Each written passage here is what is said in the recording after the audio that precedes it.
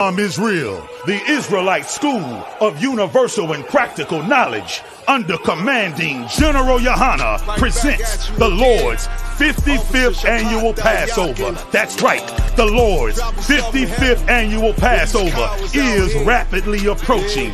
Commanding General Yohana is calling for all blacks, Hispanics, and Native Americans to remember what the Lord did for us by saving us from our oppressors and choosing us to be a special people unto Him, the real Jews and Israelites. Passover will be held in Durham, North Carolina. Pay your Passover fee. Anyone 17 years of age or older must pay $200. Come and enjoy fresh lamb, unleavened bread, and the Spirit of Christ. Can't wait to see you all there, Israel. Shalom. Gathered on streets and corners, all is feeling righteous. Real particular, nobody else there to compare to. Train for war, men of war, and warlike apparel. Prefer our leaders, can't get between us.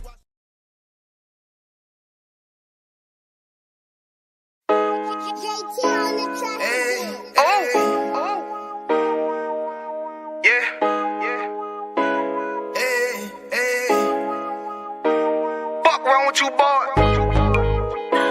You know what time it is, nigga. Better watch how you step in. Yeah. But that was my niggas. Yeah.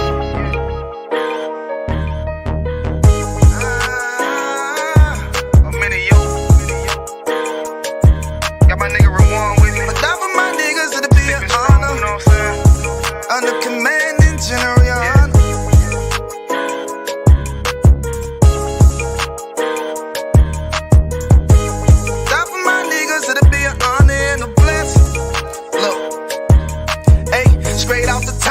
All of my niggas, that shit ain't gon' stop till we on top and we ballin', my nigga. We be fly as fuck, you know them bitches be stalking my niggas.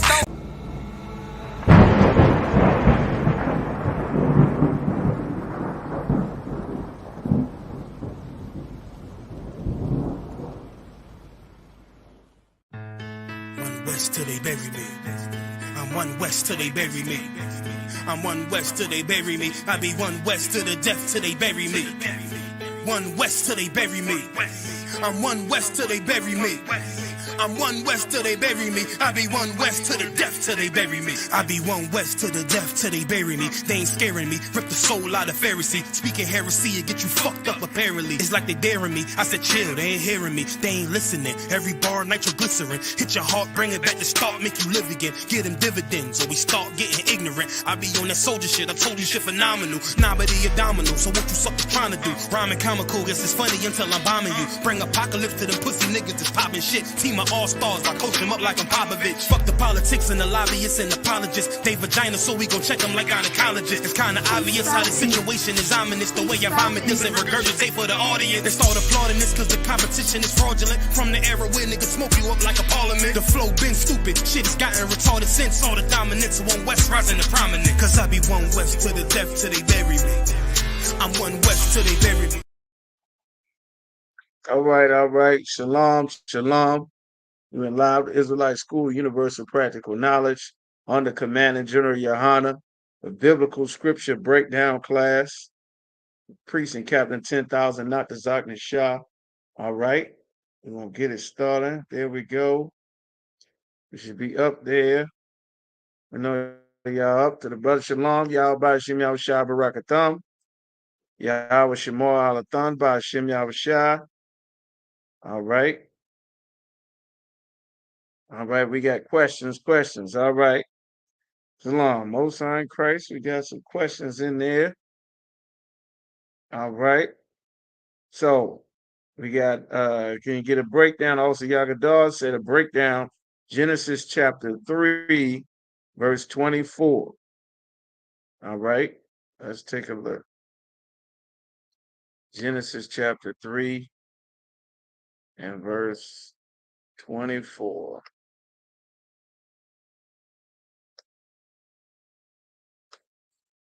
All right, let's get to the breakdown. So Genesis chapter 3 and verse 24. All right. So let's see what's going on. Like everybody is getting kicked out of the Garden of Eden. Okay. All right. So Genesis 3 and 24, this is at the end of the chapter. So we want to see what's going on. All right. We want to see what's happening, what's going on in this Genesis, the third chapter. Genesis, the third chapter, is the fall of mankind, as you've heard it mentioned before. All right. Adam and Eve, the Lord had finished his creation in the previous chapters. The serpent came to Eve at the beginning of Genesis, the third chapter. The serpent came to Eve. All right. Of course, Eve fell for the serpent. The serpent had some knowledge from the fruit of the tree of the Garden of Eden. You understand? The serpent did not give her a fruit like an apple, a peach, or strawberry. He gave her knowledge, slang, food for thought. You understand? He gave her some knowledge of the customs of the other nations, and she took it. You understand? And from that, she took it and she spread it to Adam. And then that is when they realized that they were both naked. They were uncovered by the world. You understand? Shalom. All right. Everybody just make sure you sign this for attendance. They were uncovered by the world, the society outside of the one that the Most High had given to Adam. All right. So then the Lord punishes them. They're getting put out of the Garden of Eden. The woman blames the serpent. Adam blames Eve. The Lord punishes everybody. Everybody is getting put out of the Garden of Eden. So now the Lord is issuing the punishments throughout the bottom half of Genesis. All right, shalom, brother. All right. And now the Lord, Adam gives Eve a name, Eve or Kaya in the Hebrew.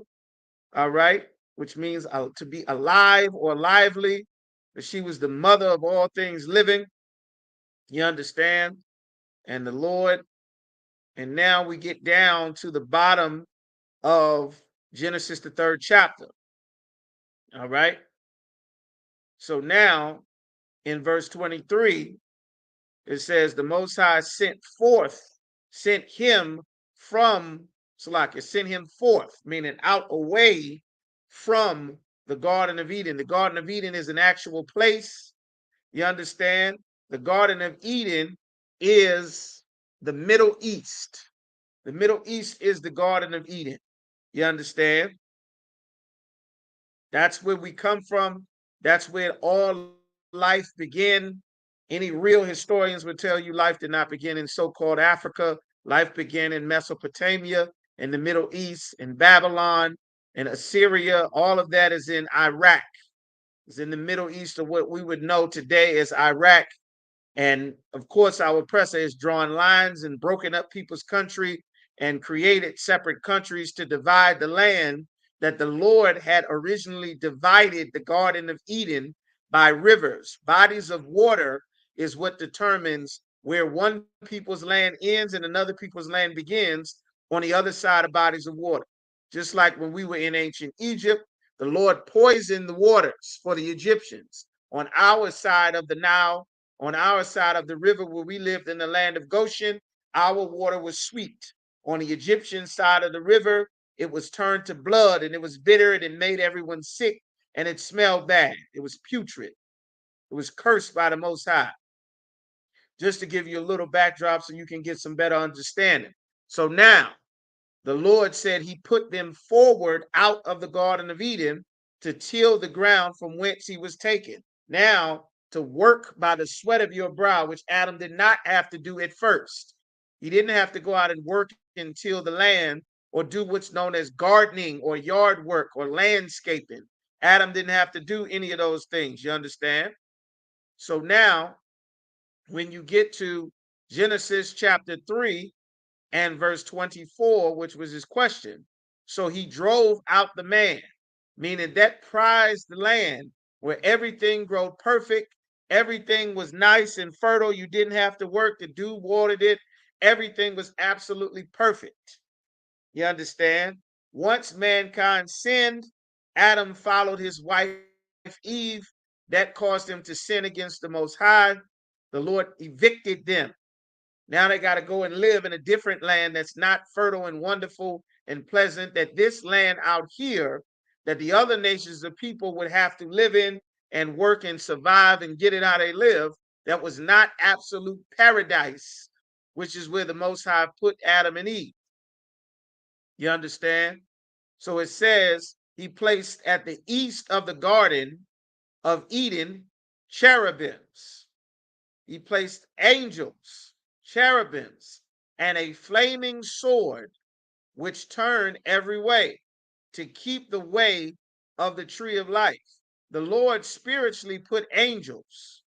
He put angels there so that you cannot just turn around and walk back into the Garden of Eden.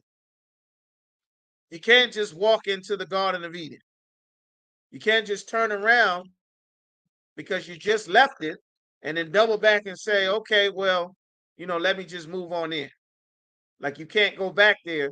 And so that it's not the way that it was, there are angels preventing us from getting that paradise back. There were angels preventing Adam from getting that paradise back. They couldn't just turn around and walk back in there because it's angels preventing that. That's why when Christ comes, there will be a new heaven and a new kingdom, and we'll get that back that we lost. But he took that away because of the sin that Adam committed by following his wife and disobeying the Most High. All right. So now, that's why that flaming sword also is the wars and the turmoil that have always been present throughout the Middle East. That is something that the Lord did.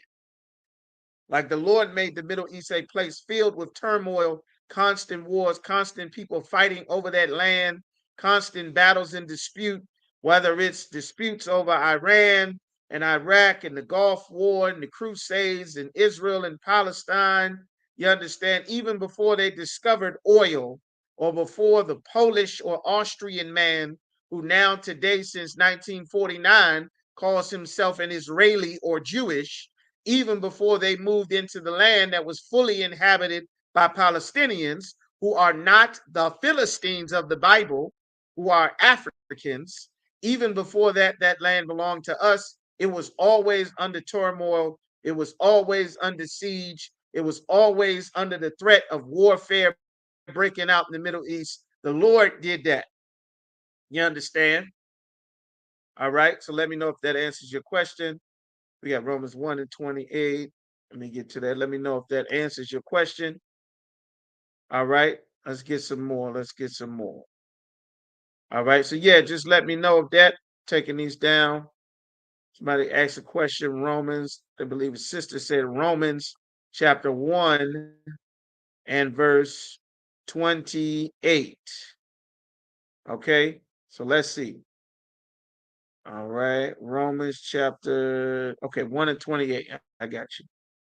All right, Most High in Christ. So Romans chapter 1 and verse 28. Okay, so let's see. What is the sister's question? Can I have a general breakdown on 1 and 28? Okay, so 1 and 28, it says that, so what this is talking about, there's a lot of things that's going on before you get to the 28th verse. So the Lord is talking about how this all began. And to really understand what was talking about in Romans 1 and 28, you really have to go through where it really began, talking, really starting from about verse 22 or 21.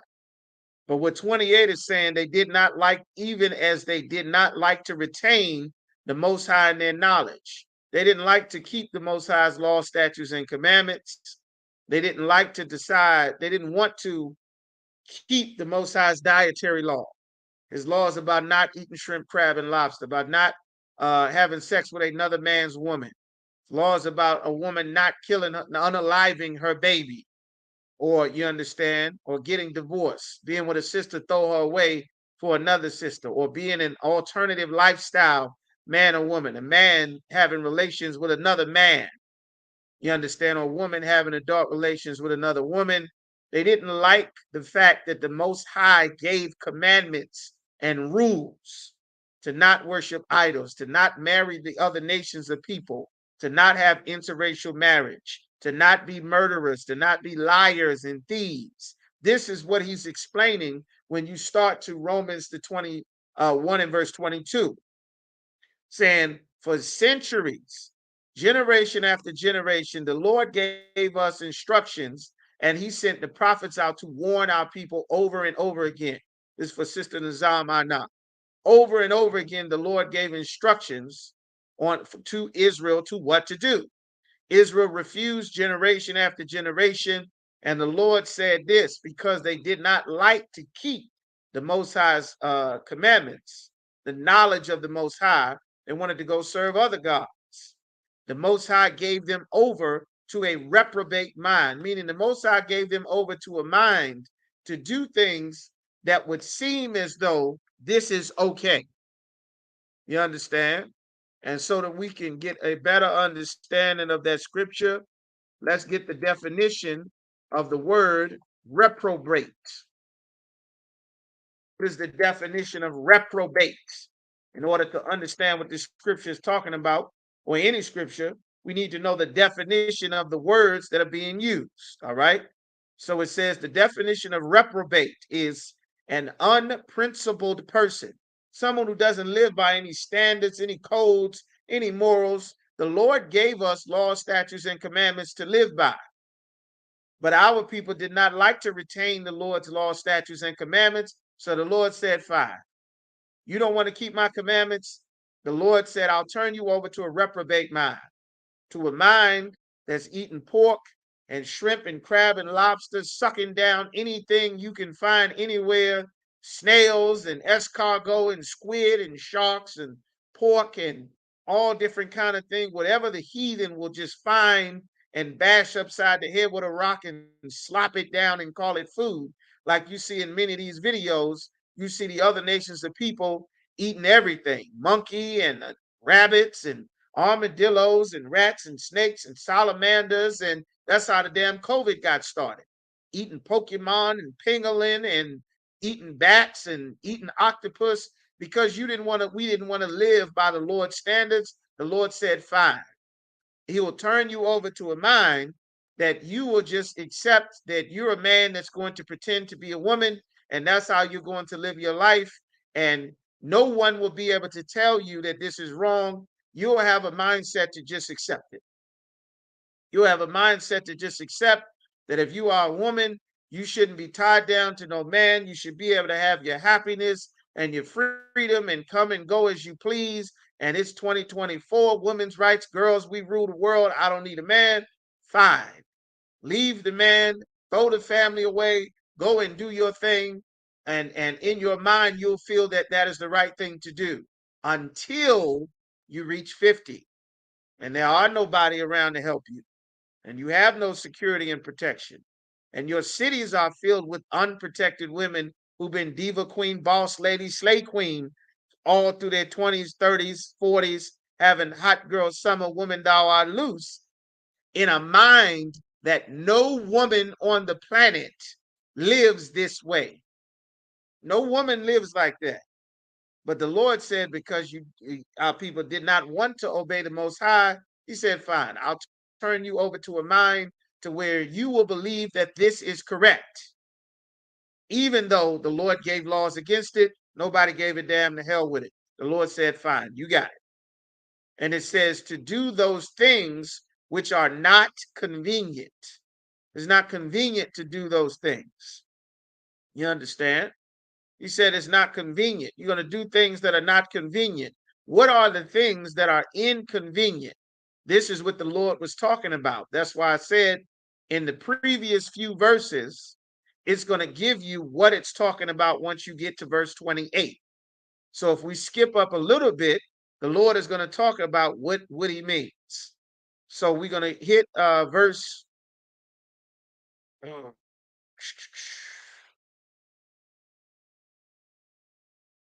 We're going to start at verse 21. And I'm going to go through them a little quick just so you can get an idea, because I see we got a couple of questions in the room, I believe. All right. It says, because Romans 1 and 21, because that when they knew the Most High, Our people knew the Most High at one point. We knew his laws, statutes, and commandments. We knew not to eat shrimp, crab, pork, and lobster. We knew not to have interracial marriages, to join with the other nations and not take their gods. We knew not to do these things, not to celebrate their holidays, take their customs, like their Christmas and Valentine's Day, and their Islam and their Ramadan, and their 4th of July, and they're having a new year in the middle of the damn winter because they're too unintelligent to realize that there's 4 months to 3 months to every season, and they made a year that was short 2 months. You understand? That's why we're not supposed to follow them, but we didn't glorify the Most High as the power. We went looking for the God of the East Indians to be a Rastafarian and smoke weed and grow dreadlocks. We went to go find the God of the Arabs and pray to the rocks, which is Allah, that rock in the middle of Mecca, which is the Kaaba stone. That's Allah, that rock that fell from outer space. The Bin Laden family built that house that the space rock sits in, that everybody, every good Muslim must travel and circle it and kiss the rock and pray to it. You understand? We didn't want to obey the Most High. We wanted to worship the sun and the stars and the goat and the beetles of Egypt and the pyramid and the Book of the Dead. We wanted to do that. We weren't thankful that the Most High made us better than all the other people on the earth. We weren't thankful that the one true living power gave us his secrets that he doesn't reveal to any of the other people on the planet. We weren't thankful that the Lord would bless and multiply us and give us the best things of the earth. We wanted to go be like the other nations. And because of this, but became vain, nothing. We took the knowledge of the Most High and cast that aside to do vain things, like pray to a rock, like pray to the dead. You know what? I was talking the other day, and grandmama came and told me, grandma, I talk to grandma every morning. And I talk to grandma, and I light a candle for Uncle Jimmy, and I light a candle for grandma, and a candle for my dad, because dad passed away. I talked to dad the other night. We begin to do vain things like the heathen. You understand? In their imagination, we made these things up. You're not really talking to your deceased grandmother. You're making it up. You're not talking to God in that church. You're making it up. That's not a language. You're making it up. You imagine that that's what it is because the knowledge of the Most High was in the Bible. He sent his priests, he sent the prophets, he sent the disciples. Nobody wanted to retain that knowledge. So the Lord said, fine, I'll let you believe that you're talking to whoever you think when you go in there with all those sodomites and child molesters and a woman dressed up as a deacon with a bow tie on, you understand, with a crew cut, looking like Manny Fresh or Lil Wayne. I'll let you believe that God is in there. You'll have a mind to believe that this is where you find God, where women are in charge, where God said a woman is not supposed to be in charge. So now that vain imagination took over and their foolish heart was darkened. The Lord gave us a heart to obey him, but the heart that we had now, meaning our mind, not the organ that pumps blood in your chest, the heart is talking about your mind. You understand? Our minds became darkened, professing themselves to be wise, just like all the nuts that call in on Cross the Line Radio, the people that come up against us at camp. No, the Honorable Elijah Muhammad, back in 1985, he went on the Good Mothership with the aliens, and that's when they told him about Yakub and the 7 principles of the 30 wonders of the stars and all of that nonsense. And we Malachi York from the planet Risk, and we really aliens, and that's where Yakub come from. And we the original serpentine people. That's why you buy your spine shape on an S. All kind of nonsense, and Allah the merciful and the beneficial, and all of these wonderful things, and he gives us to bless. You live in the desert. You don't have natural resources there. You live in the desert, roam in the desert. Everything you have, you human trafficked and robbed and stole from everywhere else. You understand? There's no God empowering you to do that. You made a God up. All of the nations made their gods up, like the East Indians. They have babies that are born deformed, with limbs going the wrong way, and eyes that are different colors. So they made gods so that their people could worship and accept the deformities happening to their children as a part of their culture. You understand? This is what happened. And they professing that wisdom, they became fools. Like the brothers talking about Haile Selassie. Haile Selassie and Rastafari. Dreadlocks comes from India, not Ethiopia. Ethiopians don't grow dreadlocks like that because that's not Ethiopian culture. Haile Selassie has nothing to do with King Solomon in the Bible.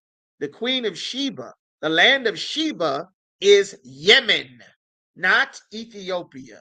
Ethiopia is the land of Cush, according to the Bible. But of course, professing to be wise by not listening to the prophets and the priests and the teachers and the disciples that the Most High set up from the beginning to keep you on track with the Most High, our people just started to believe in any damn thing. Sisters burning sage, you understand? Sisters praying to crystals. If just as a sidebar, if you some sister that likes pretty decorations in your house, that's fine. You like wonderful colors, beautiful tapestry, all kind of colors, that's fine. But if you are some sister that has a house full of crystals because some nut on the internet told you that crystals will help you tell the future and the rose quartz and all of the jasmine, if you like it because it's nice and it's pretty and you want to be pretty, that's fine. If you got a bunch of crystals in your house because it's supposed to help you do something spiritually, get rid of those crystals. That is an idol to you because people made up gods to sell and market things to you because our people for centuries did not want to obey the Most High. And everyone was able to market their God to them, to our people, so that they can get rich, you understand, and exploit us and rob us blind, and then we worship their gods. Just as a sidebar, if you are a sister, this is very popular with the sisters. If you are a sister and you have some certain incense that you like because you want your home to smell nice and sweet, you got your Glade plugins, you got your all your beautiful, wonderful smells, your pledge, your lemon this, your burning essential oils, and all of that. You got your incense, that's fine. There's nothing wrong with having your house and you smelling nice. There's no evil in that. But if you are burning specific incense because some nut told you that sage wards away evil spirits, and this is supposed to keep the peace in the home, and this is supposed to keep the evil away, now you're into witchcraft. Get those out of your house.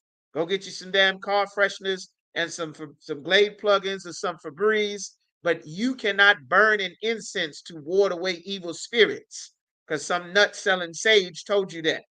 You understand? And it's important for us to learn these things because there are so many idols and things that we do to worship the cultures of other nations of people that we don't know why we're doing things. That's why it's important for us to listen, to get in the truth, get in the school, and listen to the prophets that the Lord set up. So it said, professing to be wise, they became fools and changed the glory of the incorruptible Most High of the power into an image made like to corruptible man. That's why in the Roman Catholic Church, they got you doing what? Praying to the Virgin Mary, praying to St. Andrew, St. Peter. You understand? And because of this worship of these idols, now you Holy Mary, Mother of God. Mary was not the Mother of God, but the Roman Catholic Church teaches you to pray to a corruptible image of a woman, even though Mary was a black woman. According to the Bible, Mary was a Levite or a Levitess, which would be a so-called Haitian, not that woman that everybody praying to, talking about this the Virgin Mary. Mary was a sister. Joseph was a brother. You understand? There are no prayers to Joseph, even though you shouldn't, but there's tons of prayers to Mary. That's why all this woman worship and immaculate conception, diva boss ladies, city girls, we up, slay queen, all of that nonsense comes from the Roman Catholic Church, comes from the worship of the Virgin Mary, talking about Holy Mary, Mother of God, the worship of the mother of the goddesses, the mother god, Gaia, the sky spirit, that same nonsense that they put in Captain Planet. If you were alive back in the 90s, the intro would say Gaia, the great spirit goddess of the planet Earth. She gave these magical rings. It is in every area and facet of society. This society is filled with the gods of the other nations. This is why the Most High is not answering our people's prayers. We praying and worshiping everybody. We don't even know. Talking about good luck. How many people knew that luck was a Greek god? Saying good luck and having luck and twisting your fingers. Who knew that that was based on a Greek goddess? Who knew that? Let me know if y'all knew that. I'm gonna speed through the rest of these pretty quick, but just I want to stop there. Let me know if y'all knew that.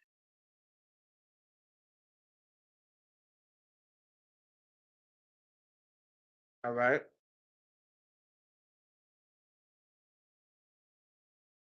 Who knew? Just give y'all a couple of moments. You knew, okay, one brother knew. What about the rest of you brothers and sisters? Who knew that? Who knew that the Greek god luck? You understand that lucky, we getting lucky. And if you make your woman happy, you might get lucky tonight. All that old kind of silliness, right? Let me see if I can say it. The Greek goddess luck. The deity's name is Tyche. You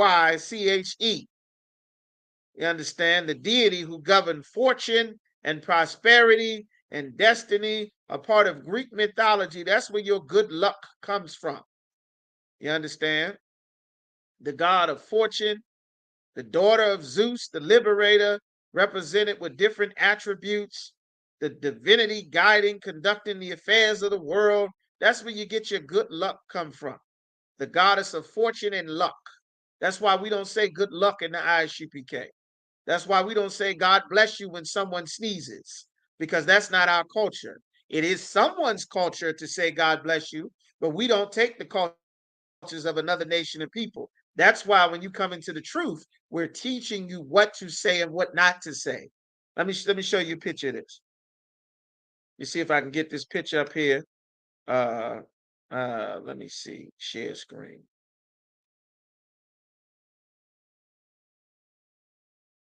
The luck. All right. All right. I want y'all to see this. This is luck here. This is Tyche. It's pronounced touche. It looks like I don't speak Greek that well, but it looks like it's pronounced Tuche with an accent above it, but it's spelled Tyche, the Greek goddess of fortune and luck. This is her statue. Of course, she has a statue. Why does she have a statue?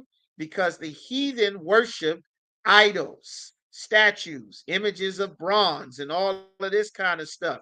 And the goat and the dog and the beetle. The heathens worship corruptible things, things that the Lord told us not to worship. You understand?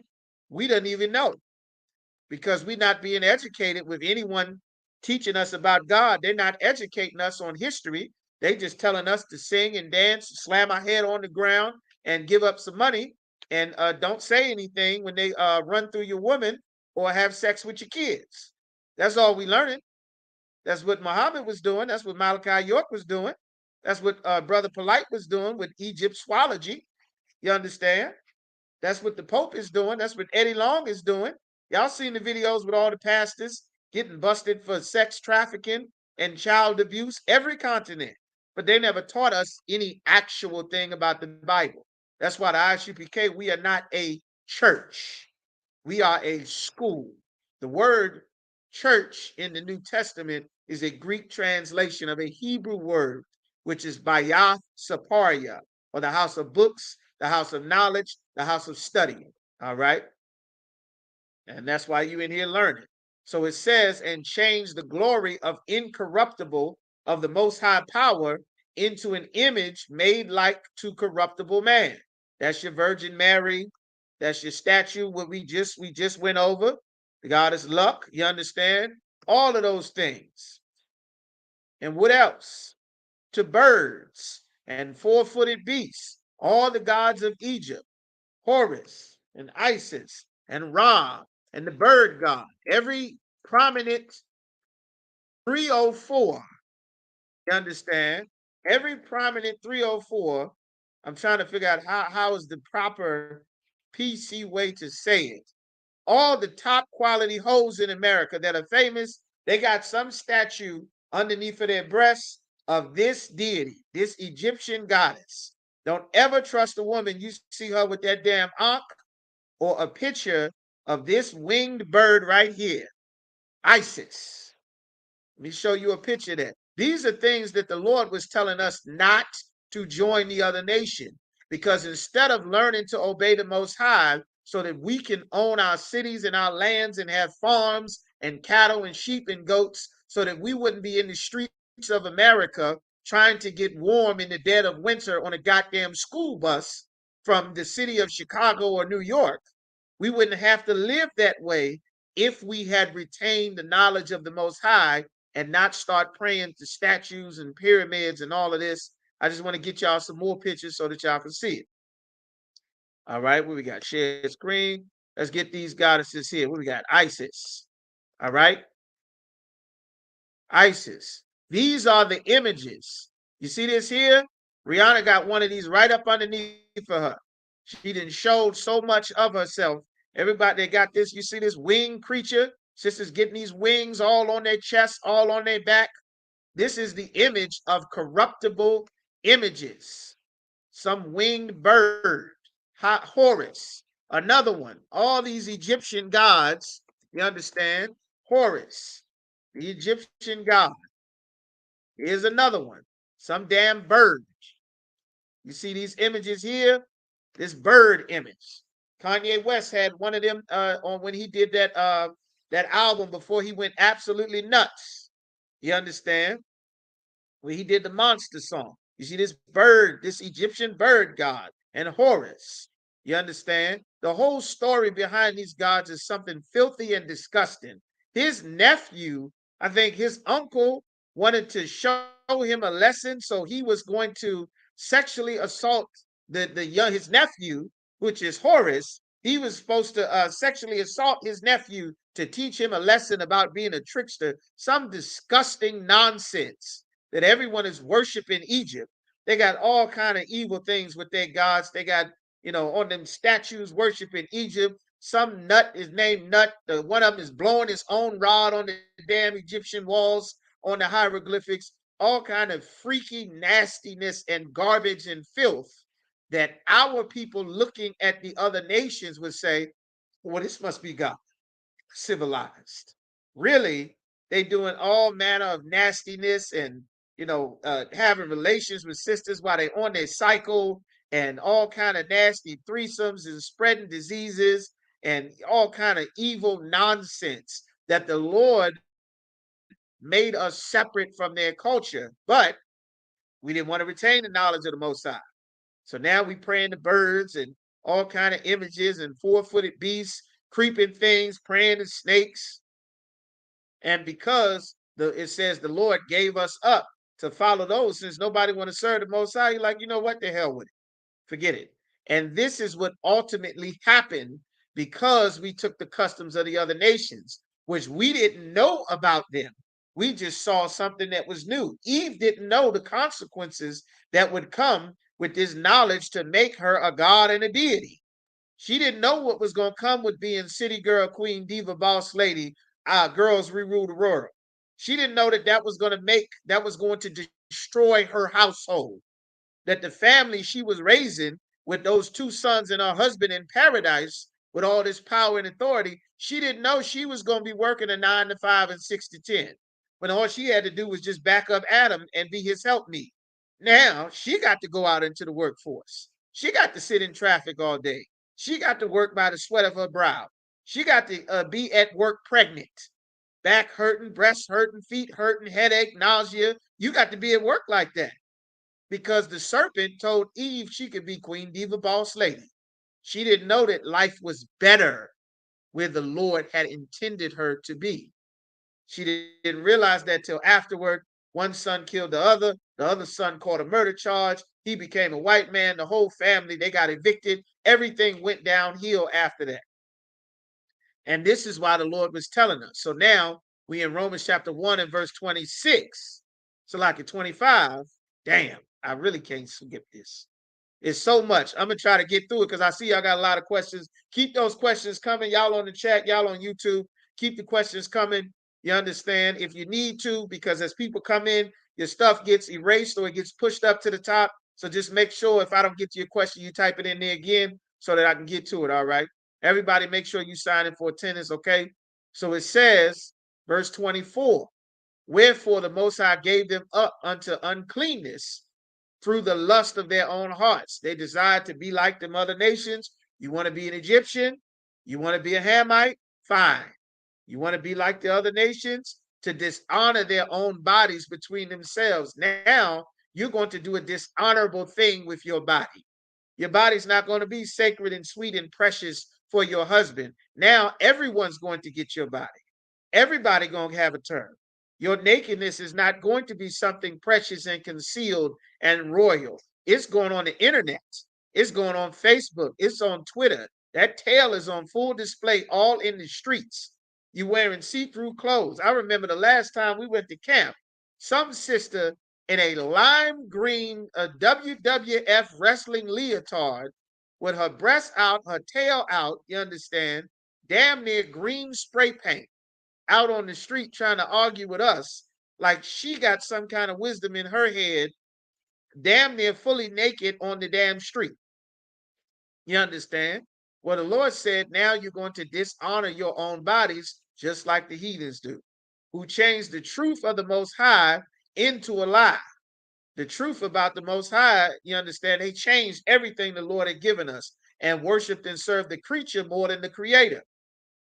You understand? Worshiping the sun and the moon and the stars and the great moon and the pyramids and Pharaoh, everything but the Most High, who is blessed forever. For this cause, for this reason, the Most High gave them up to vile affections, a sick affection. For even their women, the woman did change the natural use into that which is against nature. The woman decided that she's not going to do what's a natural thing for a woman to do, which is to be a wife and a mother, to be with a man, her man, to be with her, to be with that man, to make a family, to be a wife, to be a mother. That's the natural use for a woman. That's woman 101. You understand? Well, now she ain't going to do that no more. That's not what being a woman is about. And likewise, the men leaving the natural use of a woman. What is a man's natural use of a woman? To go and have sex with that woman. That is the natural use of a woman. That is not all a woman is for, but that is the natural thing for a man to do, to go and have sex with a woman, your woman of your nation. You are Black, Hispanic, or Native American. The Lord has provided Black, Hispanic, and Native American women for you to marry. You understand? But be very wise. So now it says they will change that, burn in their lusts one towards another.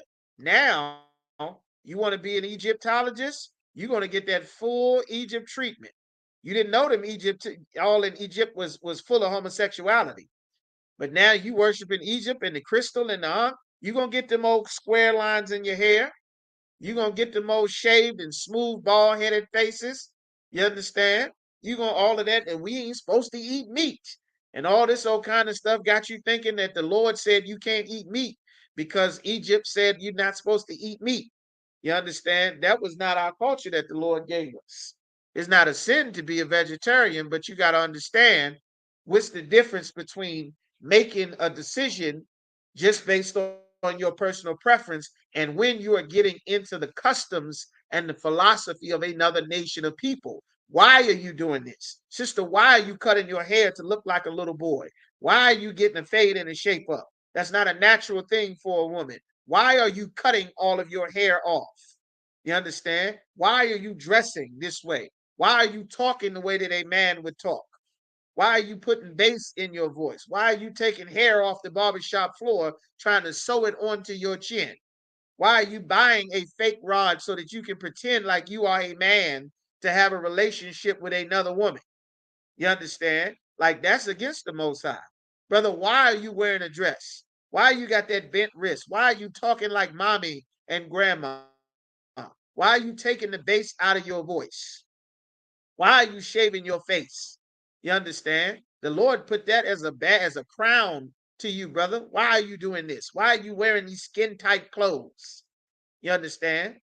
Like, why are you like the Lord had put this to us so that we can examine ourselves. But our people did not want to hear the prophet, so the Lord said, fine, y'all got it. Says men with men working that which is unseemly, a man climbing up to another man's behind, trying to pretend like you in some relationship with two niggas in there that just tearing each other up. That is absolute destruction. You understand? Two women in there. Some woman strap a goddamn PVC pipe to her waist and destroying some sister, pretending like you in some sort of relationship, like you a man now. You understand? Like it's absolute confusion.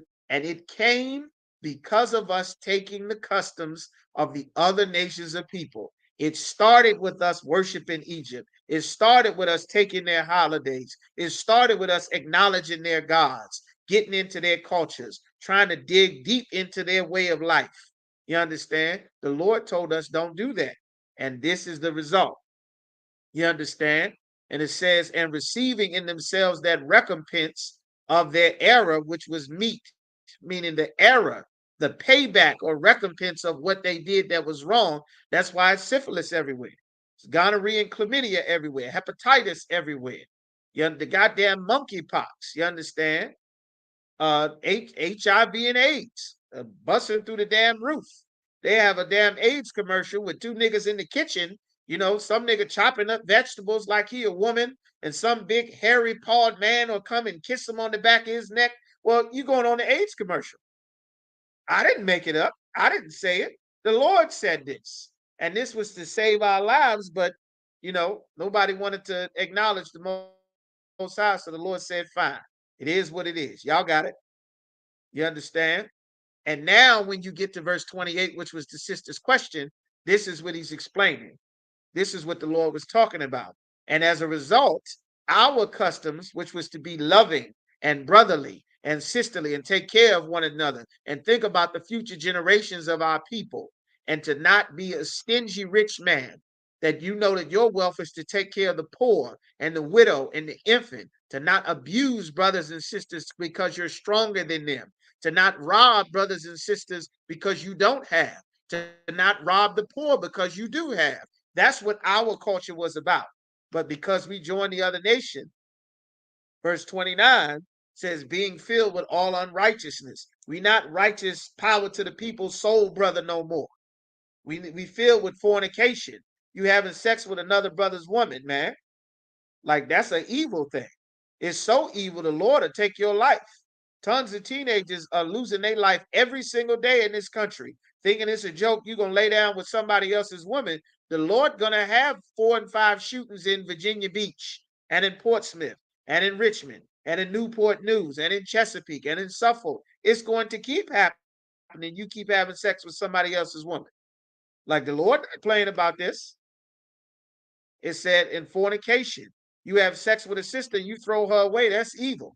You have sex with a man so that he can pay your phone bill and get your hair done, and you go on to the next one.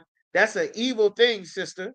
That's unrighteous as hell. The Lord don't love a man or a woman that does these things. Wickedness and evil, covetousness, looking for a way to steal somebody else's stuff, maliciousness, doing things just out of evil and spite, hitting, beating on your kids because they look like your baby daddy, taking a man, you understand, putting him on child support and then holding his kids for ransom. You understand? Have sex with a sister, get her pregnant, and block her damn number. Pretend like you don't know her when you see her on the street. That's an evil thing. The Lord will take your life away for doing that.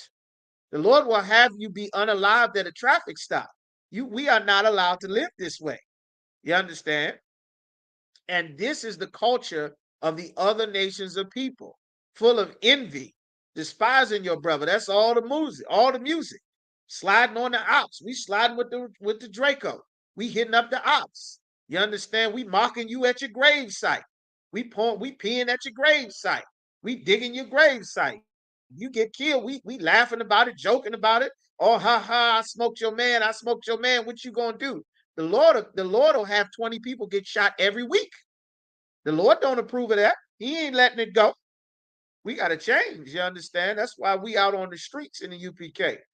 Murder, taking a man's life unlawfully, abortion, taking a baby's life, debate, going back and forth against the scriptures so that you can disprove the word of the Lord because our people decided we didn't want to obey the Most High. Full of deceit, always lying and scheming and scamming people.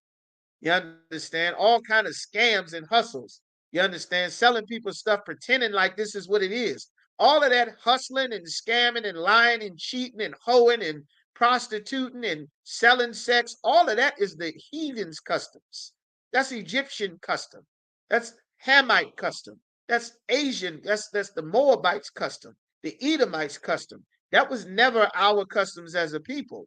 But we got away from obeying the Most High, and the Lord said, fine, do what y'all want. Y'all got it. Y'all good. Y'all got it. Nobody give a damn what I'm saying. No way. Let's see what happened to y'all. You understand? Like this is what happened. Malignity.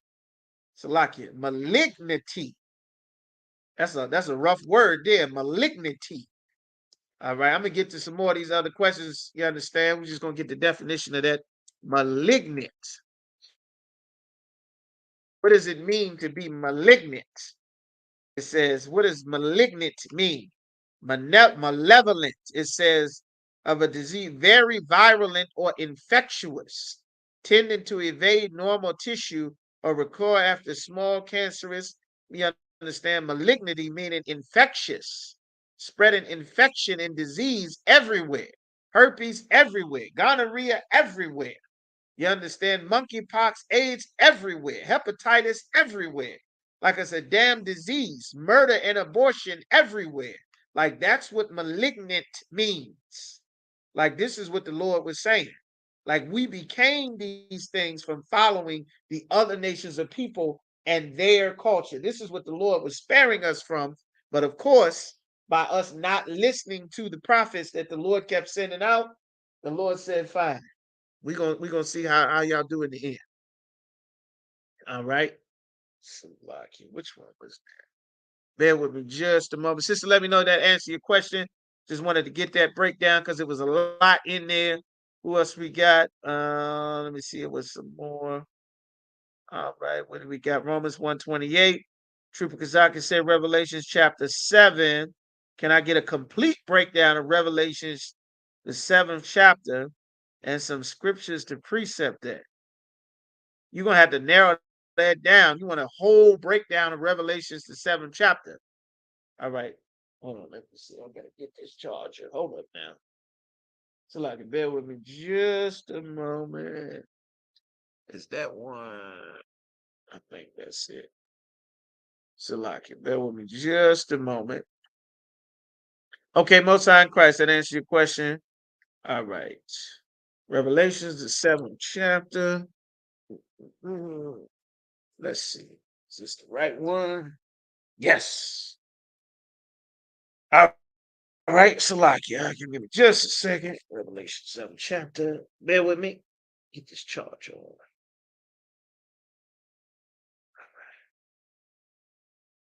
Is it up? There we go. All right. Sure, I lose no power. Okay.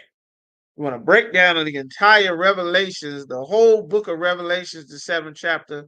Let me take a look at it. Let me see. Make sure y'all type y'all questions in there. If I don't get to y'all questions, make sure you retype it in there because the chats get pushed back. Okay, Revelation the 17th chapter. Let's see. 4 angels of 4 corners, 4 winds of the earth.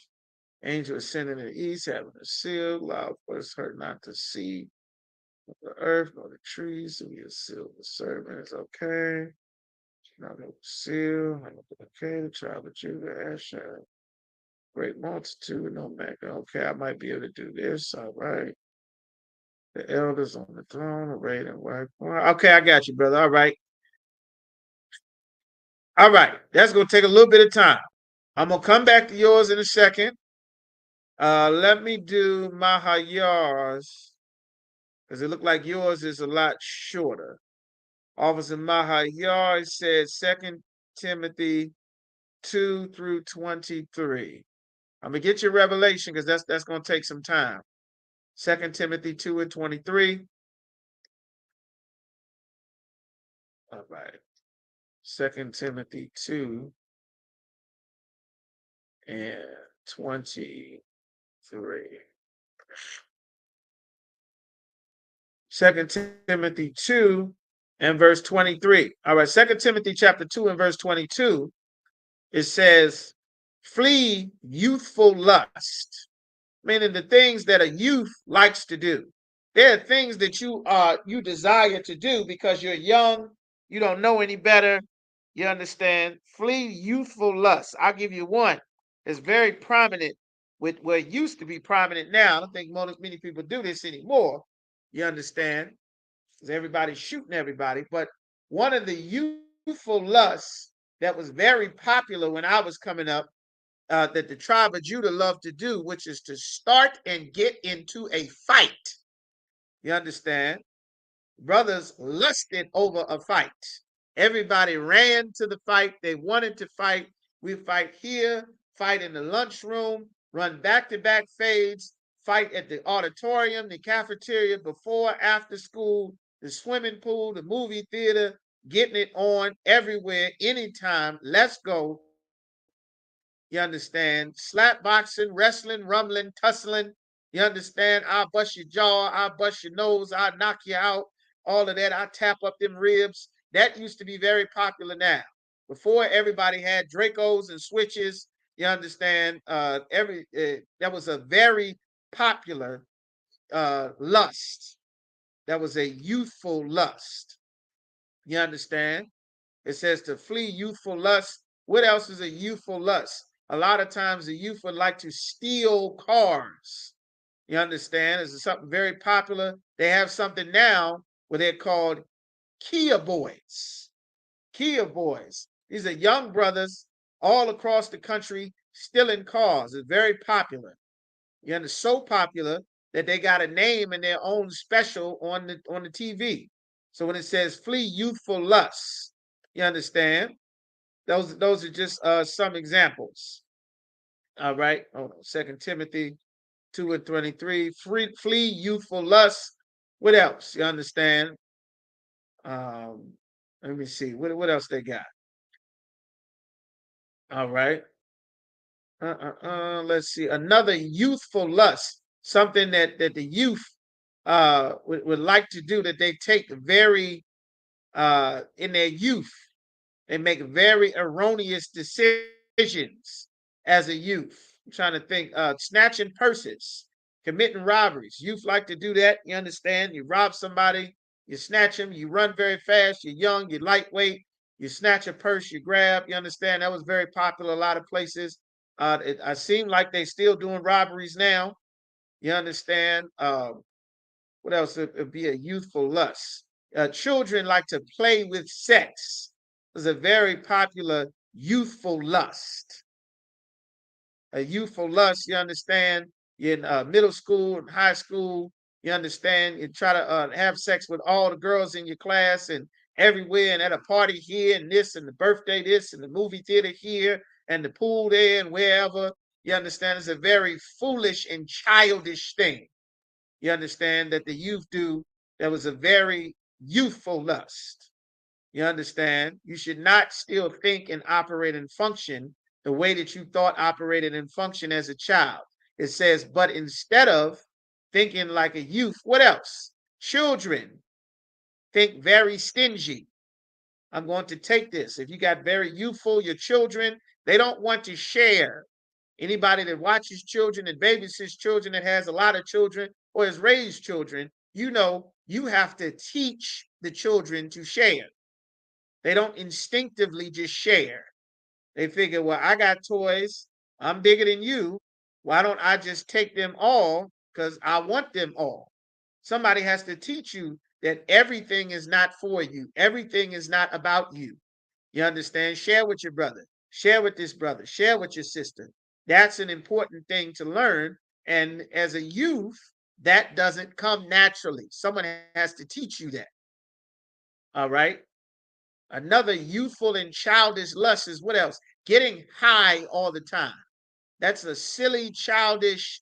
We're gonna get high before we go to school. We're gonna get high because it's Tuesday. We're gonna get high because it's Friday. You smoking in the stairwell, smoking hot box in the car, smoking in the laundry room, smoking on your way to the liquor store. 2, 3 o'clock in the morning, in the afternoon, just getting high all the goddamn time. That's a childish thing. You understand that many of these youthful things our people don't grow up from. That's why he's saying this in the New Testament to the brother in charge of the schools in the book of Timothy, writing to Timothy, saying, when you instruct the brothers and sisters in the school, teach them not to think like a lust-filled child. I must have everything. I must get everything. I must have every pleasure. I can't be upset. No one can tell me that I'm wrong. That's another useful. You understand? Hey, listen, brother, I'm going to come to your question in just a second. I got you. All right. All right. Settle down. Okay. That's another useful childish thing that children do that all the time. All right. I must have everything that I want. So many of our people don't get to grow up and get out of a childish mindset that they figure they must have pleasure. They must have pleasure constantly. They must have happiness constantly. Must have good time constantly. You understand? If it's not fun and make me feel good, and it's something I don't want to do, then I'm not going to do it. That's how a child thinks. You understand? And we have to unlearn childish things. That's why the Bible says, when I was a child, I thought as a child. But when I became a man, I put away childish things. You understand? He said, but follow after righteousness. What is righteousness? Obeying the Most High. Faith. What is the faith? The stories and the histories and the lessons, the ways that our forefathers lived. You understand? Obeying the Most High, standing with the Most High, staying in the truth, obeying the orders that get passed down, like the Lord gave to Abraham and to Isaac and to Jacob, thinking about the future generations of your people, just like Moses did, just like Joshua did, like the prophets did, like Mattathias did. That's what our faith is based on. What is charity? A God-inspired love for your brother. Teaching, making sure your brother is keeping the laws and the commandments. That's charity, not giving to the poor, which is what Christian church teaches charity means according to the Bible. That's false. Peace. Being at peace with brothers. Being at peace with the heathen. We don't allow heathen amongst us, but the Bible says, be at peace with all men. You understand? Be at peace with all men. As much as you can, be at peace with all men, but don't seek their peace. If we can have peace, that's fine, but you're not seeking their peace. Seeking their peace and being at peace is two different things. Seeking their peace means if it's Ramadan, we do Ramadan too, because I'm seeking to have peace with you. If you celebrating Christmas, I'll celebrate Christmas with you. If you say good luck, I'll say good luck. If you say, your special religious greeting, I'll say it back to you. If you rise for the Pledge of Allegiance and the national anthem, I'll take my hat off and rise for the Pledge of Allegiance and national anthem too. You understand? That's seeking to have peace with them. We don't seek to have peace with anyone in the ISUPK. We don't do that. You got your national anthem. We don't rise for yours. Our kids don't, and we don't. We don't pledge allegiance to you or your God. You understand? Now we serve ours. If you're all right with that, then we can do business. If not, that's fine. We'll go on without you. The hell with you. You understand? But that's what that means. With them that call on the Lord, call on the Most High out of a pure heart, meaning out of a pure mind. To call on the Most High is to state his name and his reputation, not just saying the words God, God, God, Jesus, Jesus, Jesus, 5 or 6. All right, sir. I just all right. I'm not sure what you're saying, brother. Just hit Officer Yaraj. I'm not sure what you're talking about. Are you talking about your question for the scripture breakdown for Revelation? If you need to take a step, just go ahead. I'll get up with you. All right. but I'm not sure what you're saying. Just take your time. So what it's saying is, out of a pure heart, out of a proper mind for serving the Most High. Verse 23. But foolish and unlearned questions avoid. What is a foolish and unlearned question? Well, what came first, the chicken or the egg? That's a foolish and unlearned question. You understand? Well, all people are mixed. People are mixed. You got part of your father and part of your mother, and they mix people. So everybody is really mixed. So okay, well, after you explain, well, listen, there's no such thing as mixed people. You are the seed of your father. You are whatever your father is, despite if your mother is something different than your father. You carry the nation of your father. That's what it is. Avoid foolish, unlearned questions, knowing that they do gender strifes. Going back and forth, what are some foolish questions that we hear? Color doesn't matter. Why color don't matter what color Jesus is. Jesus is the same. White Jesus, green Jesus, it don't matter what color you are. Well, that's a foolish and an unlearned thing. Because once we tell you Jesus Christ is a black man, and we show you the scriptures, and we teach you that everybody in the Bible is black, and now that the world thinks that these are oppressors, so-called white men, and you saying it doesn't matter, at this point, you're asking foolish and unlearned questions. You understand? We could have taught you. You didn't want to hear it, believe whatever you want. You understand? All right. Okay. So let's see, just let me know if that answers your question. There's a lot of foolish and unlearned questions. You understand? That's all that's talking about. All right. So let's see. Okay. All right, Most High in Christ. I am the bar. All right. So, all right, let me get this. All right, so what we got? First John 4 and 20. Okay. First John. All right, I get this brother's question here. All right, brother, First John chapter 4 and verse 20. All right. So your question, you want to break down of First John chapter 4 and verse 20. It says, if a man say, I love the Most High. Of course, we know that loving the Most High is keeping his laws, statutes, and commandments. You understand? If a man say, I love the Most High, and hateth his brother, what is hating his brother? Not keeping the laws, statutes, and commandments towards your brother. All right? He is a liar. If you don't keep if you say you love the Most High, but you don't keep the commandments towards your brother, then you're a liar. For he that loveth not his brother, whom he have seen, his brother, the children of thy people, that's who your brother is. If you don't love your brother that you have seen with your eyes on a regular basis, how can he love the Most High, whom he have not seen? How can you love the Most High, who you have not seen? All right, that's very simple and straightforward there. Okay. You know if that answers your question. If not, I'm moving on. What else we got? That's the breakdown. All right. So let's see. What else do we have?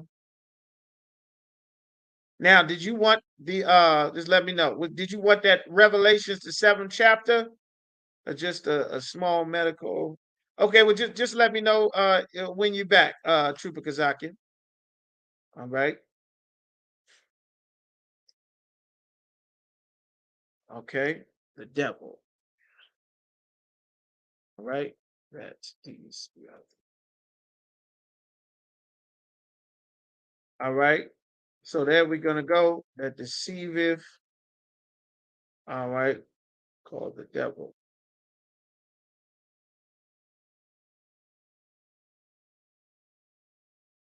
All right. And the devil taking him up. The demon. Okay. So from there, I'm gonna get into my top. All right, most sign cry. Hey, no sweat. All right, so I ain't get no reply. Moving on. All right. So from there, I'm gonna get into my topic. All right. So now we got who is the devil? We're gonna go to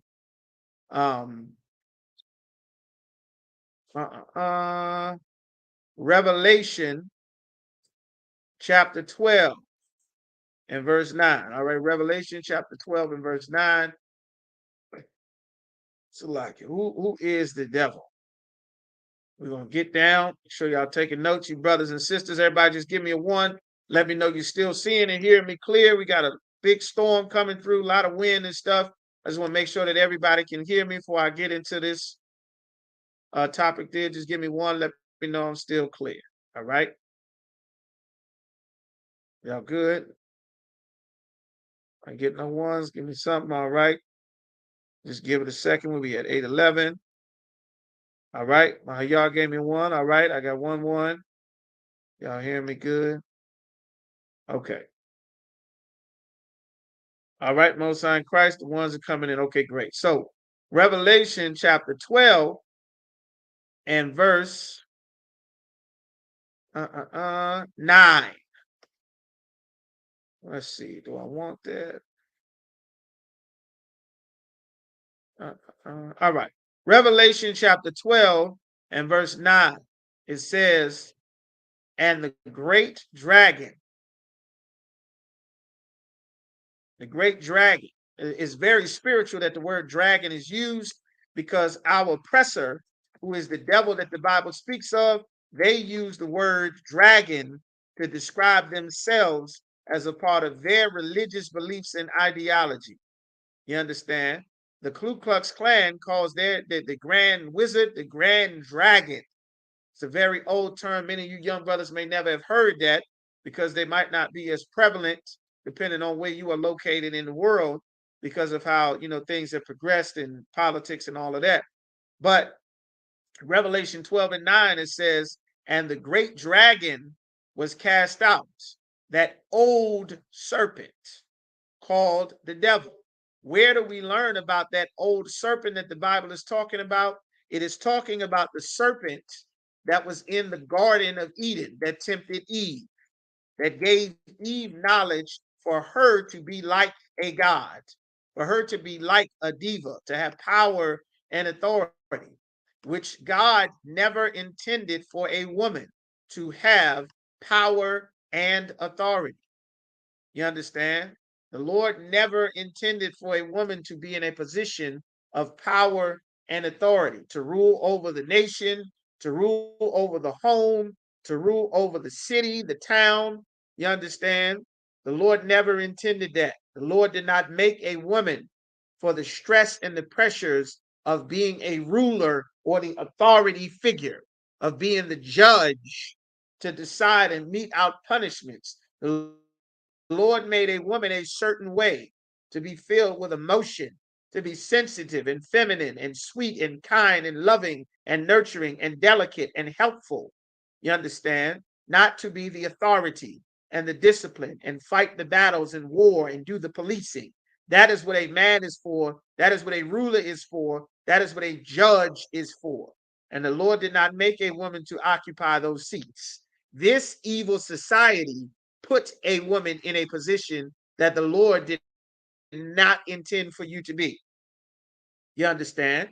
For most sisters, the Lord makes a woman, once she comes of age, to have a cycle every month. You are supposed to have a place where you can be separate every month when you have your cycle. You're not supposed to be trying to go back and forth to work and doing all of this and all these tasks and chores. You're supposed to be set apart someplace where you can be unclean here in a separate place, while the rest of everything else and the duties and affairs get taken care of for everything. You for damn sure not supposed to be waddling around pregnant with your hurt back and your swollen feet trying to do something, be in some damn office, driving a bus somewhere, sitting in the damn classroom, trying to babysit, 30, 40 kids that's fighting and doing all manner of wickedness to each other. The Lord never made life that way. You understand? This is just a sidebar, you understand? But I just wanted to illustrate that point. This is a part of the design that the devil created from the very beginning. His job was to destroy the structure that the Most High had set up by taking a black man, Adam, giving him power and authority and rulership, and in giving him a bad sister to be down with him, to help him to make his life function nice and sweet and smooth and wonderful. If you pay attention to the majority of what women are being tasked to do in America, the majority of it at every level is a help meet position that is making the court system go well, the ticket office go well, the dentist and doctor's office go well, getting your blood and your vitals, taking down your name and getting your insurance information, getting your registration as a secretary in the office, making sure the suits and stuff is done and ready, making sure the calendar is all set up and done nice, making sure the appointments is right. Does this conflict with the schedule? Making sure the kids know how to A, B, C, 1, 2, 3, raise your hand, take your turn. It's nap time. Making sure that everybody's eating, that the food is prepared properly, that dinner is on time, that this is clean, that this is safe for the children, that the regulations are in place. Everything that a woman is doing is to help society function. The Lord gave us a woman to help our society function. But from the very beginning, this serpent of old, this grand dragon, has fought to put a wedge between the woman and the man. Most importantly, between the Black, Hispanic, and Native American woman, Latina woman, and the so-called Black, Hispanic, and Native American man, which is Adam and Eve from the very beginning. That was the serpent's purpose. Keep that in mind as we go forward, all right? That was the purpose.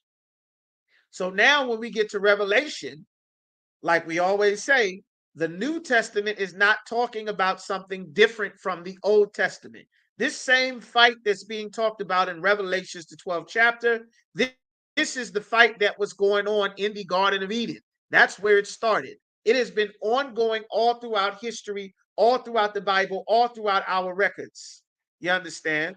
And now in this final evil kingdom, you understand, that resurrected the image of the beast, which is that white image of Jesus Christ, to export democracy, which bring with it feminism, women ruling over men, gender equality, which also brings with it abortion and divorce and Planned Parenthood and city girls and Sex in the City and single motherhood and the fallout crime from the destruction of the family that no people would want in their land.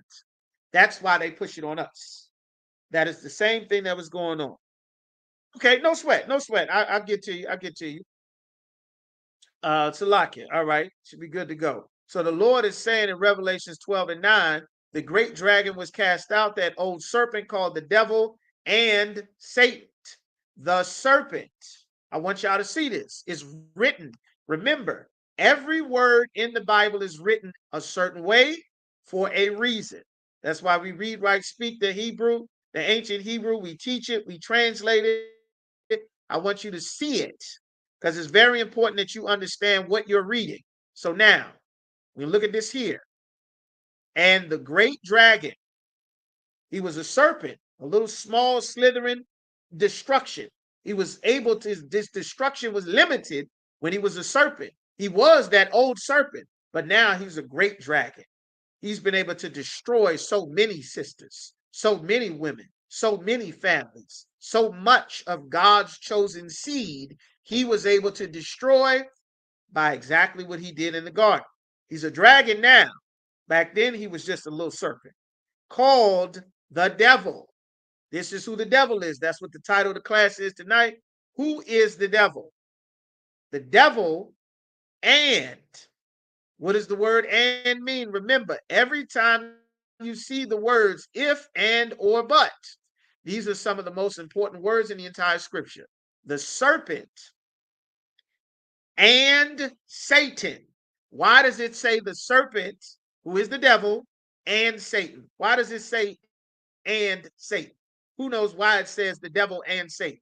Why does it say that? You brothers and sisters listening, just give me some ideas. Why does it say that? All right. Why does it say the serpent and Satan? These verses, particular Revelations 7 and 9, what are the scriptures that I can precept with that? Okay, we're gonna have to come back to it. I got you, brother. I got you. All right. We will get those tonight. You understand? We're gonna go over the time because we're gonna get through this breakdown. You understand? But don't sweat it, warrior. We will get to your revelation. As a matter of fact, it'll probably fit in with exactly what we're teaching about tonight. What I'm teaching about. All right. So why does it say the serpent, the devil, who is that serpent from the Old Testament, he's a dragon now, but he was a serpent at one time. The Lord called him the devil and Satan. Why does it say the devil and Satan? Who knows? I need y'all to get this before we go forward. Who knows? Whoever can give it a shot. Wrong answers accepted, right answers accepted. Why does it say that? All right.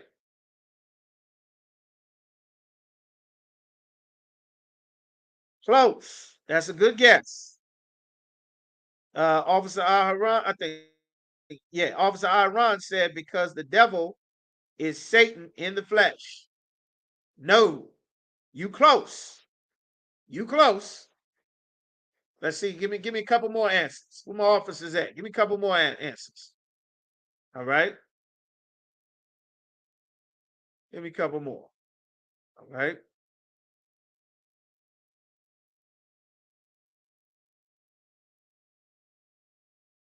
Give me a couple more. Nobody knows?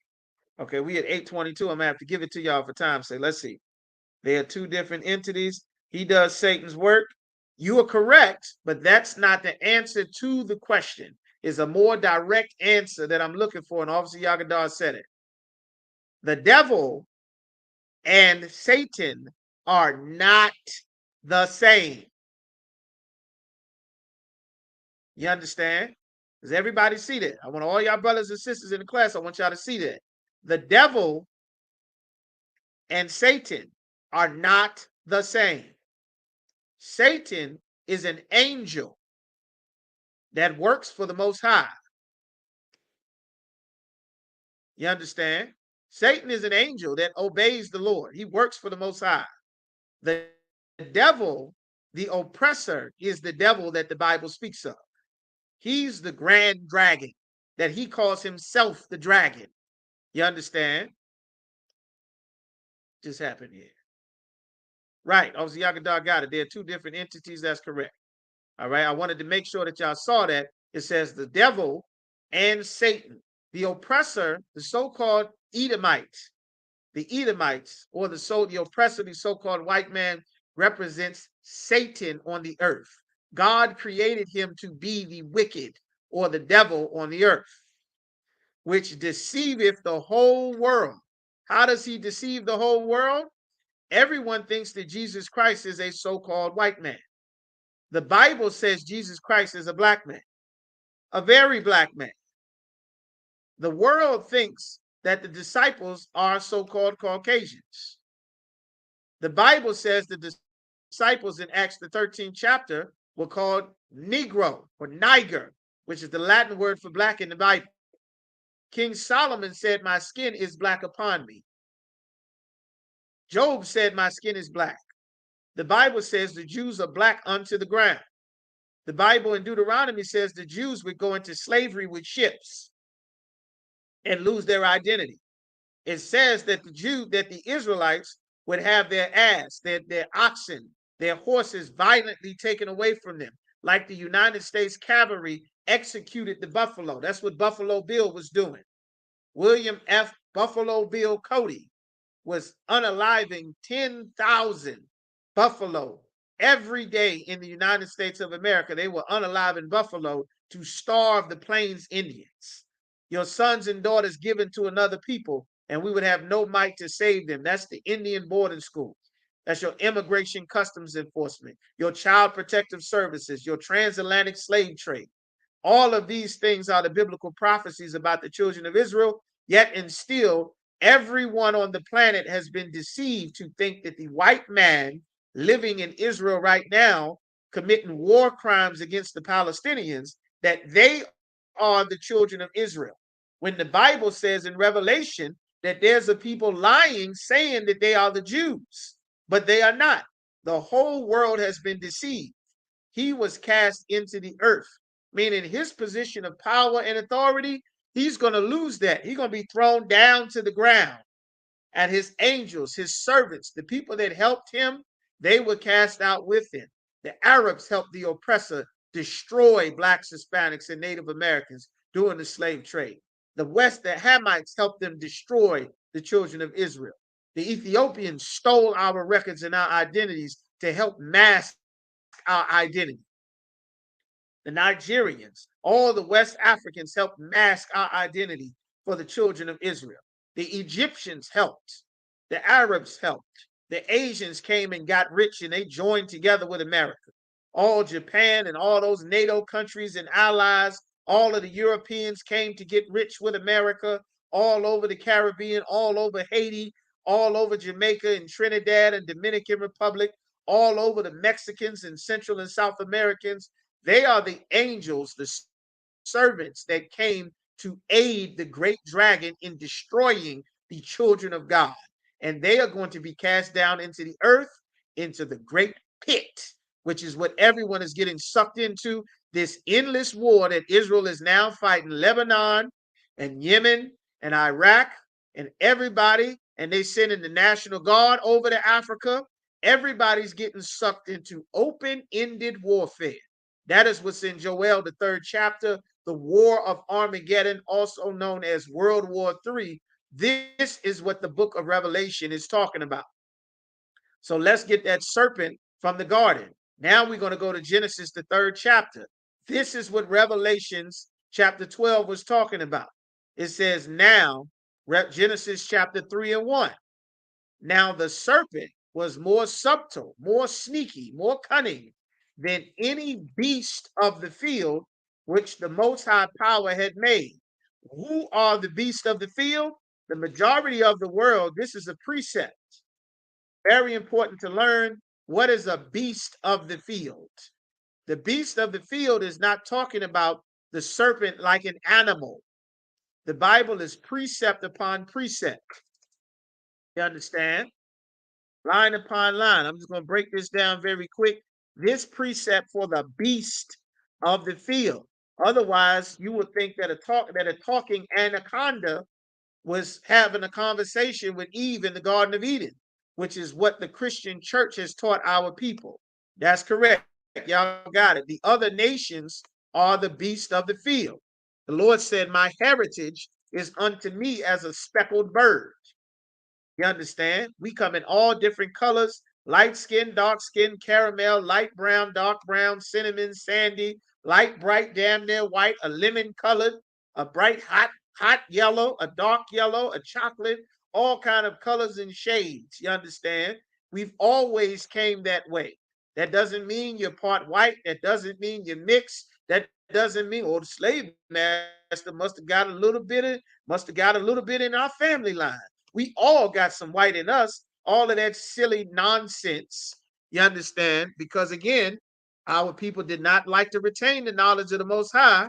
So we learned Christianity instead of learning from the Spirit of the Lord that he put in his prophets to teach us. That's why I'm explaining it, to correct you. All right. So these are the beast of the field. So let me get to that. The beast of the field, Joel, the beast of the field. Here we go.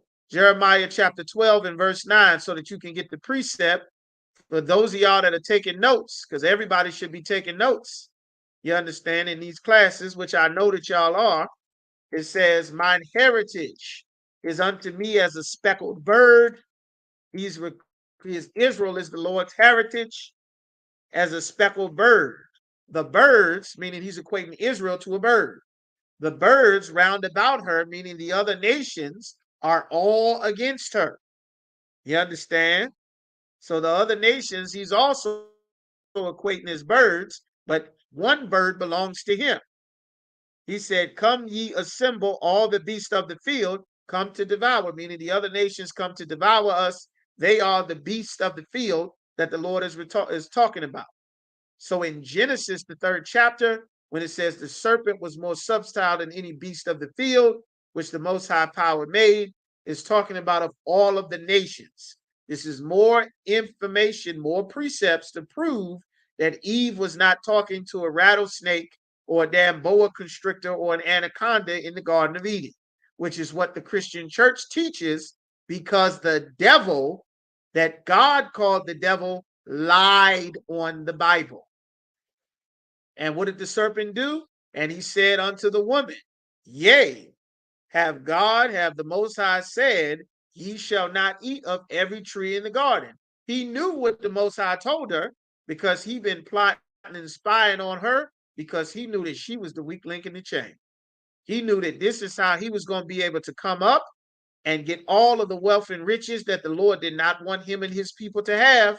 He knew that he would be able to trick the woman into thinking she was empowered by getting naked on the internet and showing off her tail and her breasts and being able to have sex with every man that she want, until later on she found out that everyone would have sex with you, but no one would want to keep you.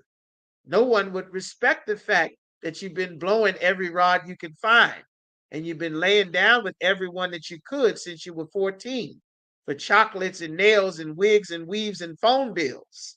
No one will respect that. No one wants to marry that. No one wants to keep that. No one wants that a part of their family. They'll just use it and throw it away. But the serpent didn't tell Eve that. All Eve saw was she would be Beyonce and Rihanna. She would get her name in lights. She would be the star queen diva boss lady. This was the serpent's goal from the very beginning of the Bible. That's why it's put here, and that's why Genesis and Revelation are two of the most misunderstood books in the entire Bible. They're really the most difficult books to understand. Of course, if you know you're not an authorized priest, the Lord will teach you. You understand? But that's what he said. Of course, we know the woman went back and forth with this man who was not a literal snake.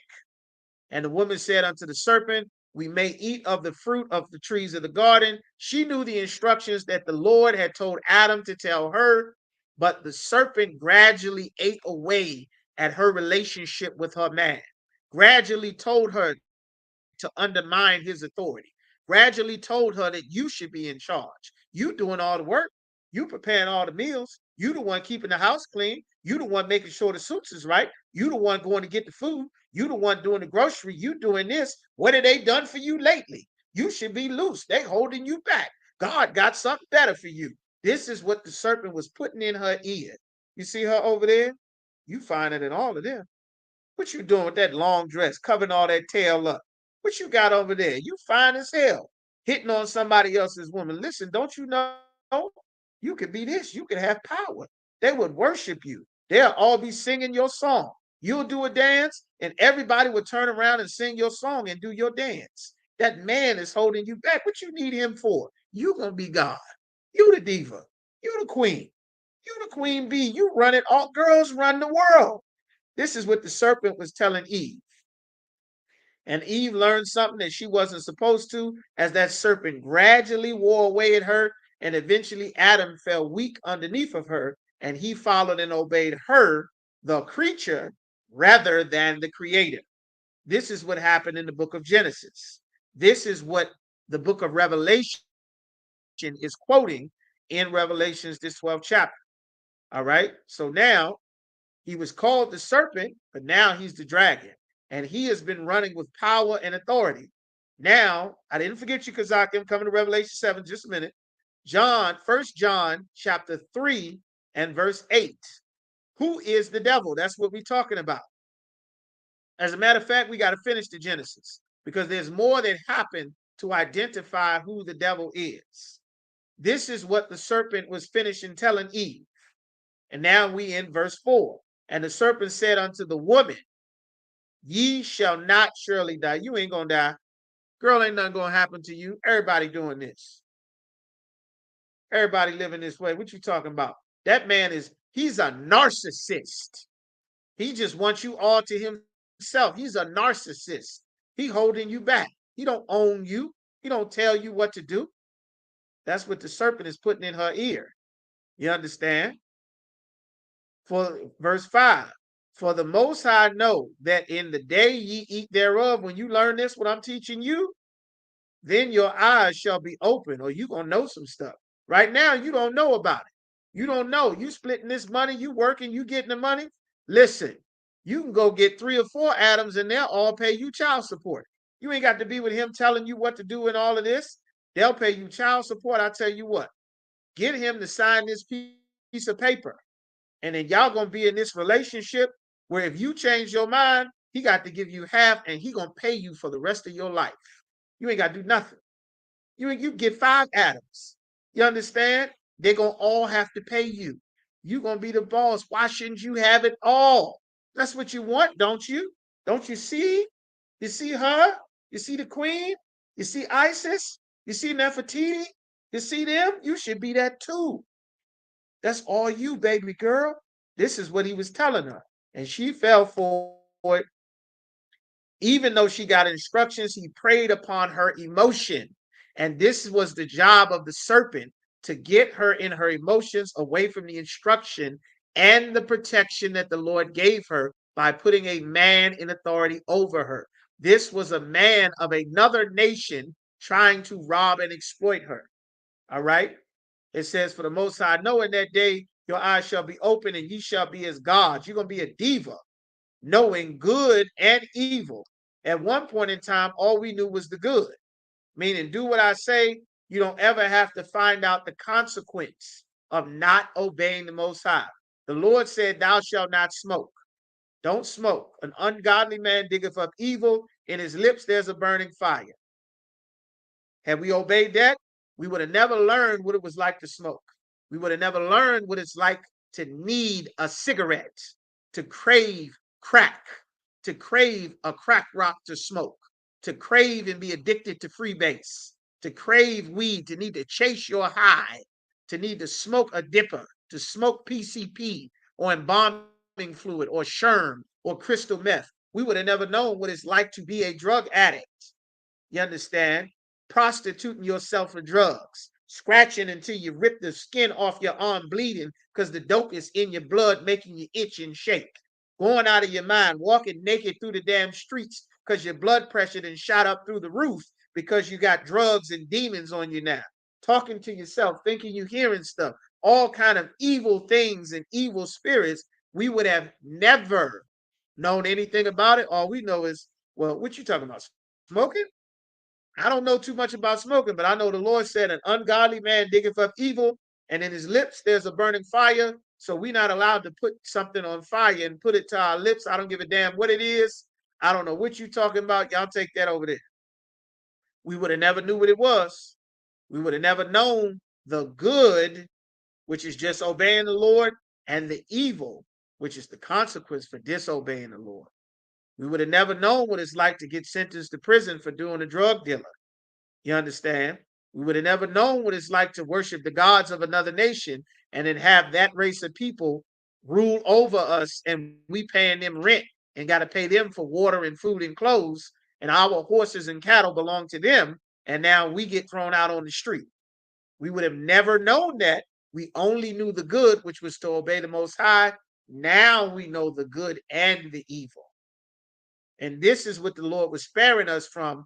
But the serpent tricked Eve into thinking that she was missing out. And gradually, Eve wore away Adam from obeying the Most High to following Eve, which was the serpent's plan. You understand? So let's get some more. Let's speed up. All right, we at 39. Okay. And now, of course, we in Genesis chapter 3 and 6. And the woman saw that the tree was good for food. She digested the tree. This is not an apple. This isn't a pear or a peach.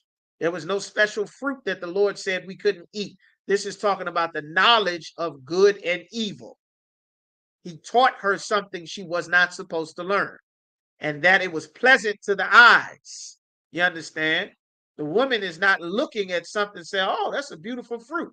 And now all of a sudden it's pleasant to the eyes. No. And the tree, this knowledge to be desired to make one wise. There was no special fruit that you ate, and then all of a sudden you magically can do calculus and you know astrology. The Bible is not magic. Christianity has taught us magic concerning the Bible. That's why it doesn't make sense. There's naked babies with wings. There's people shooting arrows in your backside to make you fall in love. There's your fat white men coming down your chimney with presents. You lose a tooth. Your mom gives the tooth fairy gives you a quarter. You're gonna die and live in some endless sand castle in the sky or some pit of fire under the earth. None of this makes sense, and that's not what's in the Bible. That is Christianity, and that is how the serpent, who is now a great dragon, has deceived the world. So let's keep going. And the eyes of them, Salakia, and the woman saw that the tree was good for food, and that it was pleasant to the eyes, and that the tree to be desired to make one wise. She took the fruit thereof and did eat, and gave also unto her husband with her, and he did eat. So now he took this, and now all of a sudden, both of them are taking the customs of another nation. Verse 7. And the eyes of them both were open, and they knew that they were naked. They knew that they were uncovered. Their eyes were closed to something. They weren't blind. They weren't walking around with no clothes on because it's unlawful, which was the breath of life that the Lord gave to Adam, his laws, statutes, and commandments. It's unlawful to just walk around and be naked without clothing. So they weren't unclothed. They knew they were exposed. They knew that they're in a society now that's separate from the one where the Lord made them separate. Everybody else is putting up mistletoe and holiday decorations and buying Christmas trees and singing Christmas carols. And here they are, probably with fringes and studs and dressed modestly. And they not, doing the special swinger party for the Christmas celebration. They don't have a Christmas tree. They don't have decorations up at their house. They're not going Christmas shopping, buying gifts and toys. So now they realize that they are uncovered with what everyone else is covered in. So they decided they sew themselves fig leaves, and they sewed fig leaves together. They fashioned a culture so that they can wear the customs of another nation. That's a black man pretending to be a Muslim, wearing the Muslim outfit, wearing the kufi, slamming his head on the ground, wearing the buckshot, selling all the oils, trying to be more Muslim than an actual Arab. We are covering ourselves with something. I know I'm not a real Arab, I'm not a real Muslim, but I'm gonna show them that I'm a super Muslim. In the name of Allah, now Allah this and Allah that, and Allah the merciful, and Allah the beneficial and the benevolent, and this and Aki, and salam, salam, salam, and you trying to out Arab an Arab because you're covering yourself, who is not an Arab, with fig leaves to make up for the fact that you aren't supposed to be here. And you know it, and they know it. So you have to try extra hard. I'll give you another example. This LGBTQ lifestyle is not a lifestyle that was ever a part of Blacks, Hispanics, and Native Americans' life. This was not a part of our culture or how we lived. You understand? So what happened? Now, in order to fit into a society, you understand, the oppressor's woman, she didn't have to do nothing special for her to be a lesbian. She could have a husband, she could have, a family, go work a job and live her regular normal life.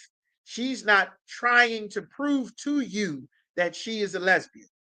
They can be Dan Rather, David Letterman, Anderson Cooper. He's just a regular man who lives an alternative lifestyle. He's a journalist. He does a job. He works. Now, if you are Black and Latino, for you to try to fit into this lifestyle, now you got to go and put on a dress and be Medea. You got to be Big Mama. You got to have wig and lipstick and makeup and eyelashes and pumps, and got to demand that you be accepted, and you got to be in the cheerleading competition with the girls, and you got to outwoman a woman, and you got to be a sassy, how can I not say that? BITCH, trying to out sass and outwoman a woman to show that you more woman than a woman is a woman. You understand? Demanding that people address you as ma'am. You understand? Like, that is not you trying to fit into a world that you're not made for. You understand? The oppressor, being a lesbian, is not trying to have all of these families. You understand? You being a lesbian, still having sex with men, getting pregnant all the time. You and your girlfriend and your wife. Like, you don't fit into this society, so you try to overdress yourself to fit in. You understand? Looking like Lil Wayne, looking like a plumber. Shave your hair off, get fades, get lines cut all in your hair, get the shaved dreadlocks so you look like Lil Wayne, look like a rapper, look like NLE Chopper. You understand? Just trying to be masculine, demanding that people call you sir and all of this stuff.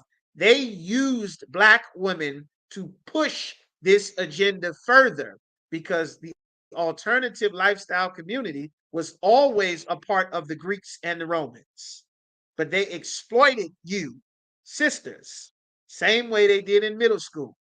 The boys is playing basketball. There's little girls over here teaching little Jimmy how to play with the Barbie doll, how to comb the little girl's hair, how to do the hopscotch and do all the girl dances and double dutch and jump rope.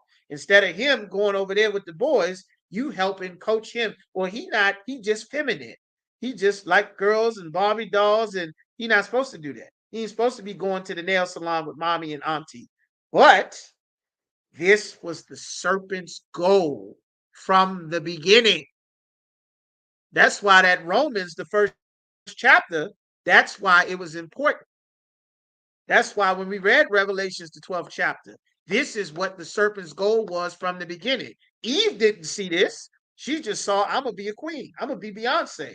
She didn't know her son was going to become a murderer. She didn't know her great-great-grandson was going to be Medea, was going to be living an alternative lifestyle filled with all kind of horrible diseases. She didn't know that her great-great-granddaughters was going to be city girls and Megan Thee Stallion getting peed on by Arabs and letting them defecate on you in Dubai.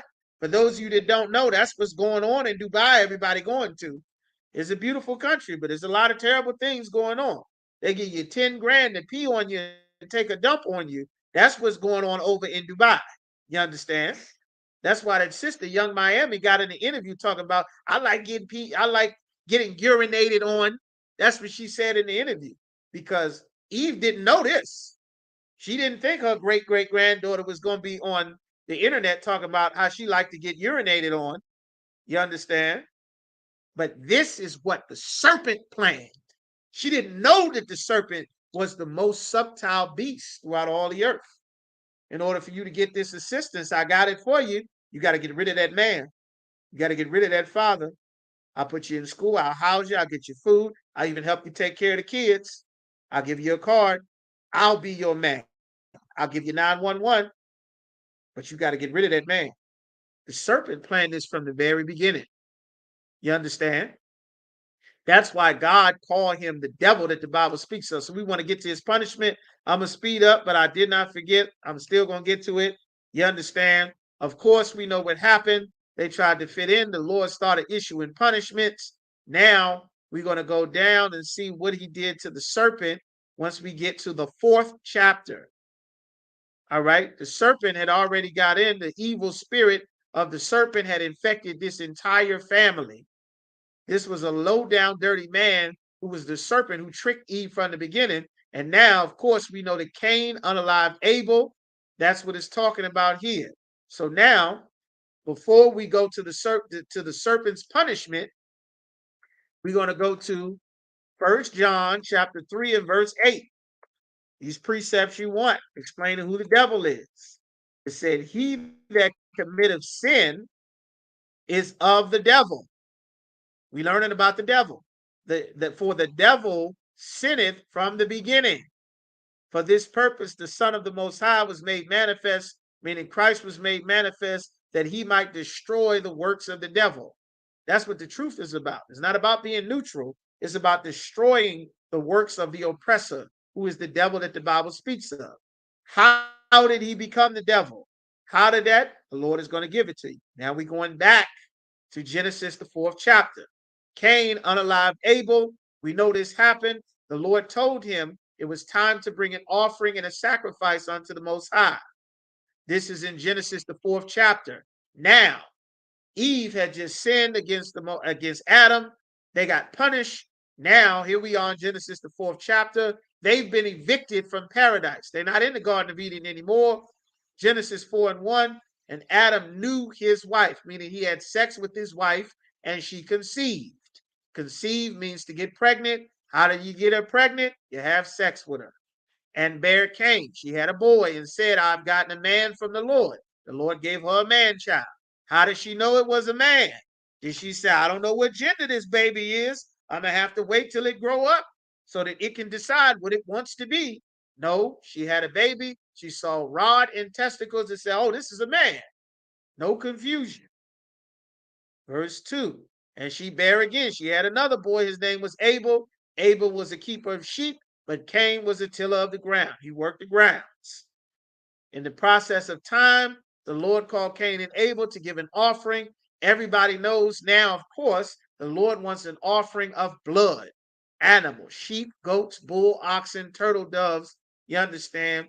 That's what the Lord accepts. Cain decided he would not bring the Lord what the Lord required. So now when we go to Genesis, the 4th chapter and verse 4, it says, Abel, he also bought the firstlings of his flock and the fat thereof, and the Most High had respect unto Abel and to his offering. But unto Cain and to his offering, which was whatever he got out the ground, some turnips and kale and arugula and whatever the hell he felt the Lord would accept, the Lord did not respect that.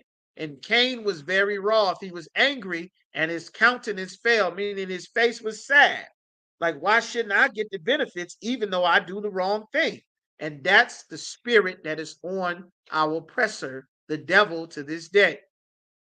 Verse 6, this is what the Lord said to Cain. And the Most High said unto Cain, why art thou wroth? Why are you angry? And why is thy face fallen? What's wrong with your face? The Lord said, if thou doest well, if you do the right thing, shalt thou not be accepted? And if thou doest not well, if you don't do the right thing, sin, evil lieth at the door. And unto thee, unto you shall be his desire, meaning evil and sin. You are going to fulfill the desires of evil and sin. Who controls evil and sin? Satan.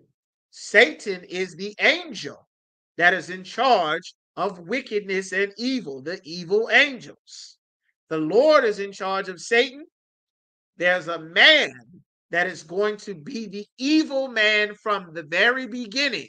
This is what Revelations, the 12th chapter, is talking about when the judgment is coming for the devil, and Satan will no longer have his power because there will no longer be a people to be the devil on the earth.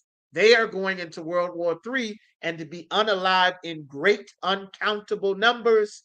Then they're going into captivity in the kingdom of heaven under the children of Israel and the governing body of the 144,000, which is Trooper Kazakia's question that we come into in just a moment. All of it, all of the Bible is tied in together. The church lied and said the New and the Old Testament is something different, and you got to do this here, and that's not what this is talking about. And Paul did his own thing, and the disciples were different from the prophets. All of that is a lie. Everything in the Bible is connected. All of it. That's what a precept is. That's why I'm showing you what Revelation is talking about in Jeremiah, in John, here, and in Genesis, and in Isaiah, because the whole Bible is connected. There's a river that flows through the Bible. He said, if you do the right thing, you will be accepted. If not, you are going to be the man of sin, and thou shalt rule over him, meaning you are going to be the one that rules over sin on the earth. And of course, we know that Cain rose up, slew his brother Abel. Cain talked with his brother Abel, and it came to pass when they were in the field. Remember, in the field, because Cain slew Abel, that he rose up against Abel, his brother, and slew him in the field. We know that Cain unalived Abel. Now we go down. The Lord is asking him, what happened to your brother? Where is he? Now the Lord already knew. How do we know that God knows? Verse 10, and he said, what hast thou done? This is the sinner from the beginning. The voice of thy brother's blood, the blood that you shed, crieth unto me from the ground. You can't unalive someone and just hide their body and think nothing's going to happen. That blood speaks to the Most High. God gives life. God takes life. You don't have permission to just go and take somebody's life just because you feel like it or you're sad, but that's the spirit of our oppressor. Verse 11, and now thou art cursed from the earth, which hath opened her mouth to receive thy brother's blood at thy hand. When thou tillest the ground, it shall not henceforth yield unto her strength. That's why they got to genetically modify the foods, because the earth is not going to produce for our oppressor. That's why they needed black people and Native Americans in the fields working their crops, because the earth is not going to give up her strength. That's why they need Latinos picking the fruits and vegetables. For those of you that think it's a coincidence why America has a wide open border all of a sudden and Latinos are just flooding into America, there's a reason they're doing this. Just a few months ago, they were complaining about the farmers not having anyone to pick all of their crops because all of the Latinos were getting deported. Because evil governors like the governor of Florida was cruel and racist and evil towards them, and they left Florida. And now the Florida crops were going to waste. And white people refuse to pick it because it's a terrible, horrible, painful job that they are not made for. That our people, of course, are better than they are because we're the children of the Lord. God said, the oppressor shall be a fugitive, and a vagabond shalt thou be in the earth. Everywhere the so-called white man goes, he's a wanted criminal. That's why they put a military base in Africa, in the Middle East, and in Europe, and in Ireland, and over here, and over there. The Navy is everywhere. Destroyers and ships and frigates everywhere. The Army and the Air Force everywhere. Why? Because they are wanted criminals on every continent. That's why they must oppress everyone. And Cain said unto the Most High, my punishment is greater than I can bear. He didn't care that he just took his brother's life. He only cared about my punishment. He said, behold, thou hast driven me from the face of the earth. The face of the earth is where the earth is. He was driven into a cave. This is where the cave dwellers or these so-called Caucasians come from. The word Caucasian means a cave dweller. This is the mark that the Lord is going to put on Cain. This is describing who the man of sin is, which is who the devil is, which is who the murderer, the unaliver from the beginning. This is who did the first sin recorded in the Bible. All of these things here are describing who the devil is according to the Bible. And he said, behold, thou hast driven me from the face of the earth, and from thy face, from the face of the Lord, meaning from getting help from God, I be hid. And a fugitive, and I shall be a fugitive, a wanted criminal, and a vagabond in the earth. I don't have a home, and I'm wanted for crimes. Everywhere they go, they steal it. They starting wars. They unaliving animals. They stealing the oil and the pearls. They robbing the Africans. They making apartheid. They enslaving the East Indians. They turning the Chinese into heroin addicts. They starting the Vietnam War. They causing friction between North and South Korea. They causing a beef in the Middle East. They destroying these people and destroying that people. Everywhere they go, the Mayans, the Aztecs, the Tainos, whether they're French, Irish, Dutch, Portuguese, from Spain, from Scotland, from Ireland, from Germany, from Russia, you understand, from Italy, from Greece, everywhere this one nation of people goes, they start trouble. They are wanted for crimes. You understand? That's why the Lord has to come and cast them down to the earth, which is what it's talking about in the book of Revelation. That is what Christ is coming for. That is what the truth is to prophesy about, not that they get salvation.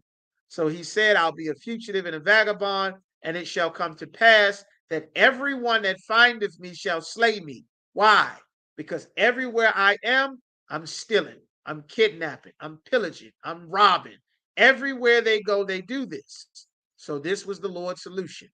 And the Lord said unto him, therefore, whosoever slayeth Cain, if anyone hurts Cain, vengeance shall be taken on him sevenfold. That's called And the Lord set a mark upon Cain. Older black people know this was called the complexion for the protection. Anybody ever remember the complexion for the protection? You understand? If it ain't white, it ain't right. He got the complexion for the protection. Karen has it. Trump has it. You understand? The Border Patrol has it. ICE has it. George Washington has it. The complexion for the protection. That's in the Bible. You understand? Y'all brothers and sisters, let me know if y'all heard that before. This is the mark that the Lord put upon Cain, who slew his brother in the field, who was an unaliver from the very beginning, who is the man of sin, that when everything was perfect, he chose to rebel against the Most High. So the Lord put a mark on him, lest anyone found him would find him and slay him. This is telling you who the devil is, all right? Who the devil is. Now, we want to get to Trooper Kazaki. Let's go to Revelations, the 7th chapter, because there's more.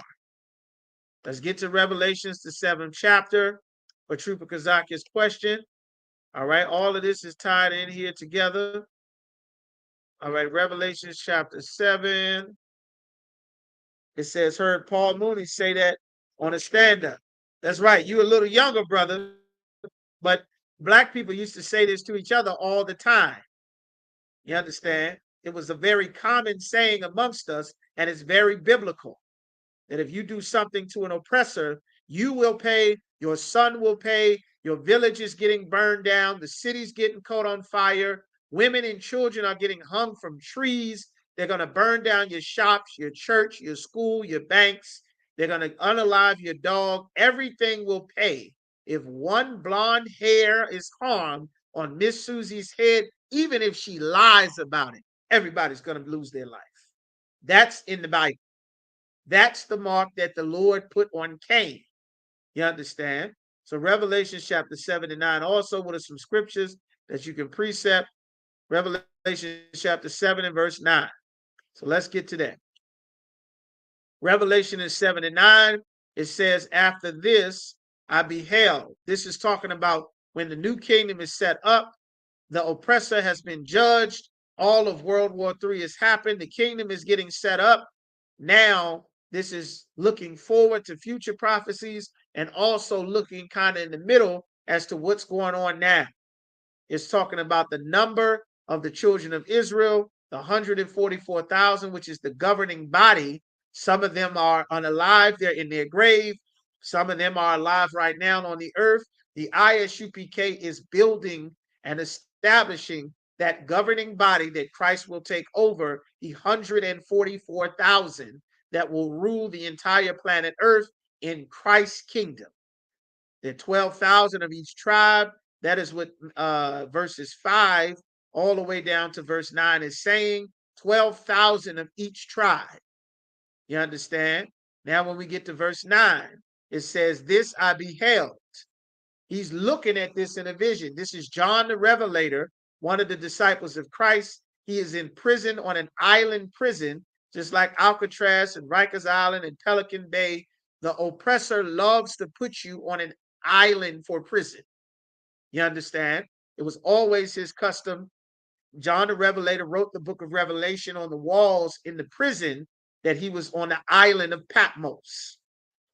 So he's getting this vision from the angel that is telling him the book of Revelation. He's writing what he's seeing. After this, I beheld, and lo, a great multitude, which no man could number, of all nations, a great number, and kindreds, and people, and tongues, different languages, different families, which is kindreds and people, stood before the throne and before the Lamb. The throne meaning the judgment, and the Lamb, which is talking about Christ.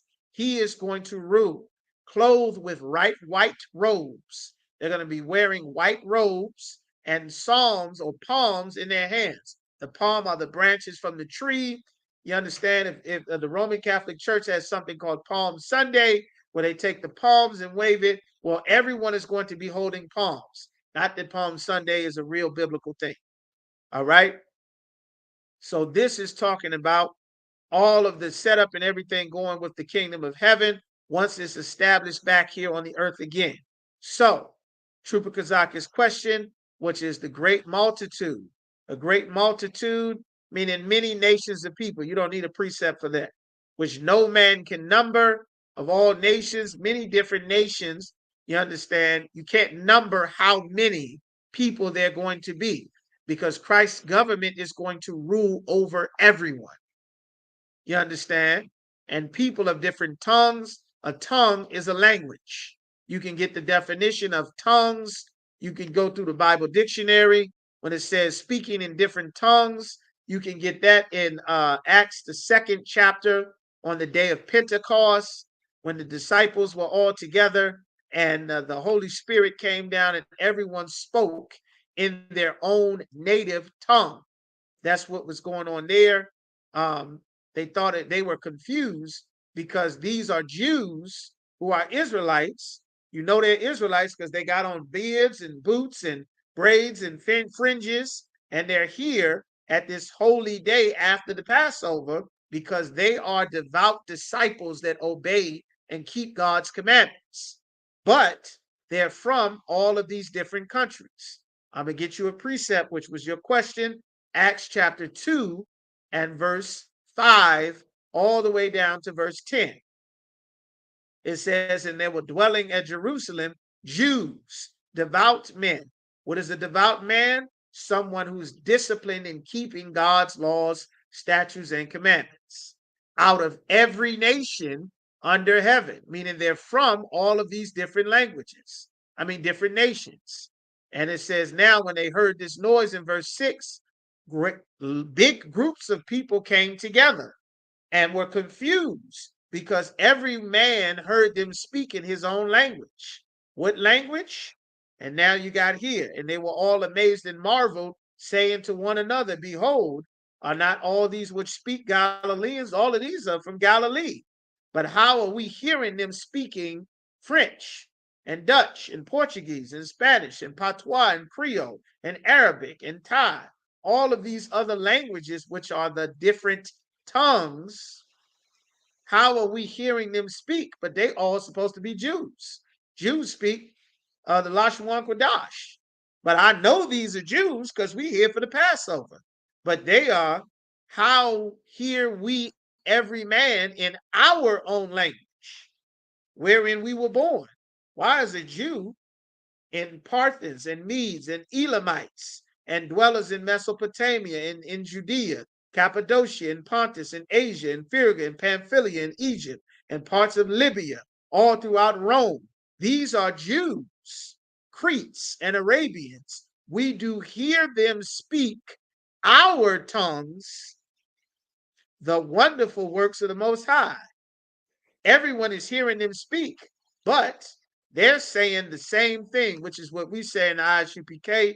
We all speak and say the same thing, even though we're doing it in French, even though we're doing it in Dutch, even though we're doing it in Portuguese, even though we have to do it in Spanish. We are saying the same thing because we have the Spirit of the Lord. We're just speaking in tongues. I'll give you another precept for speaking in tongues. When it says, I believe it's 1 Corinthians 14, speaketh in an unknown tongue.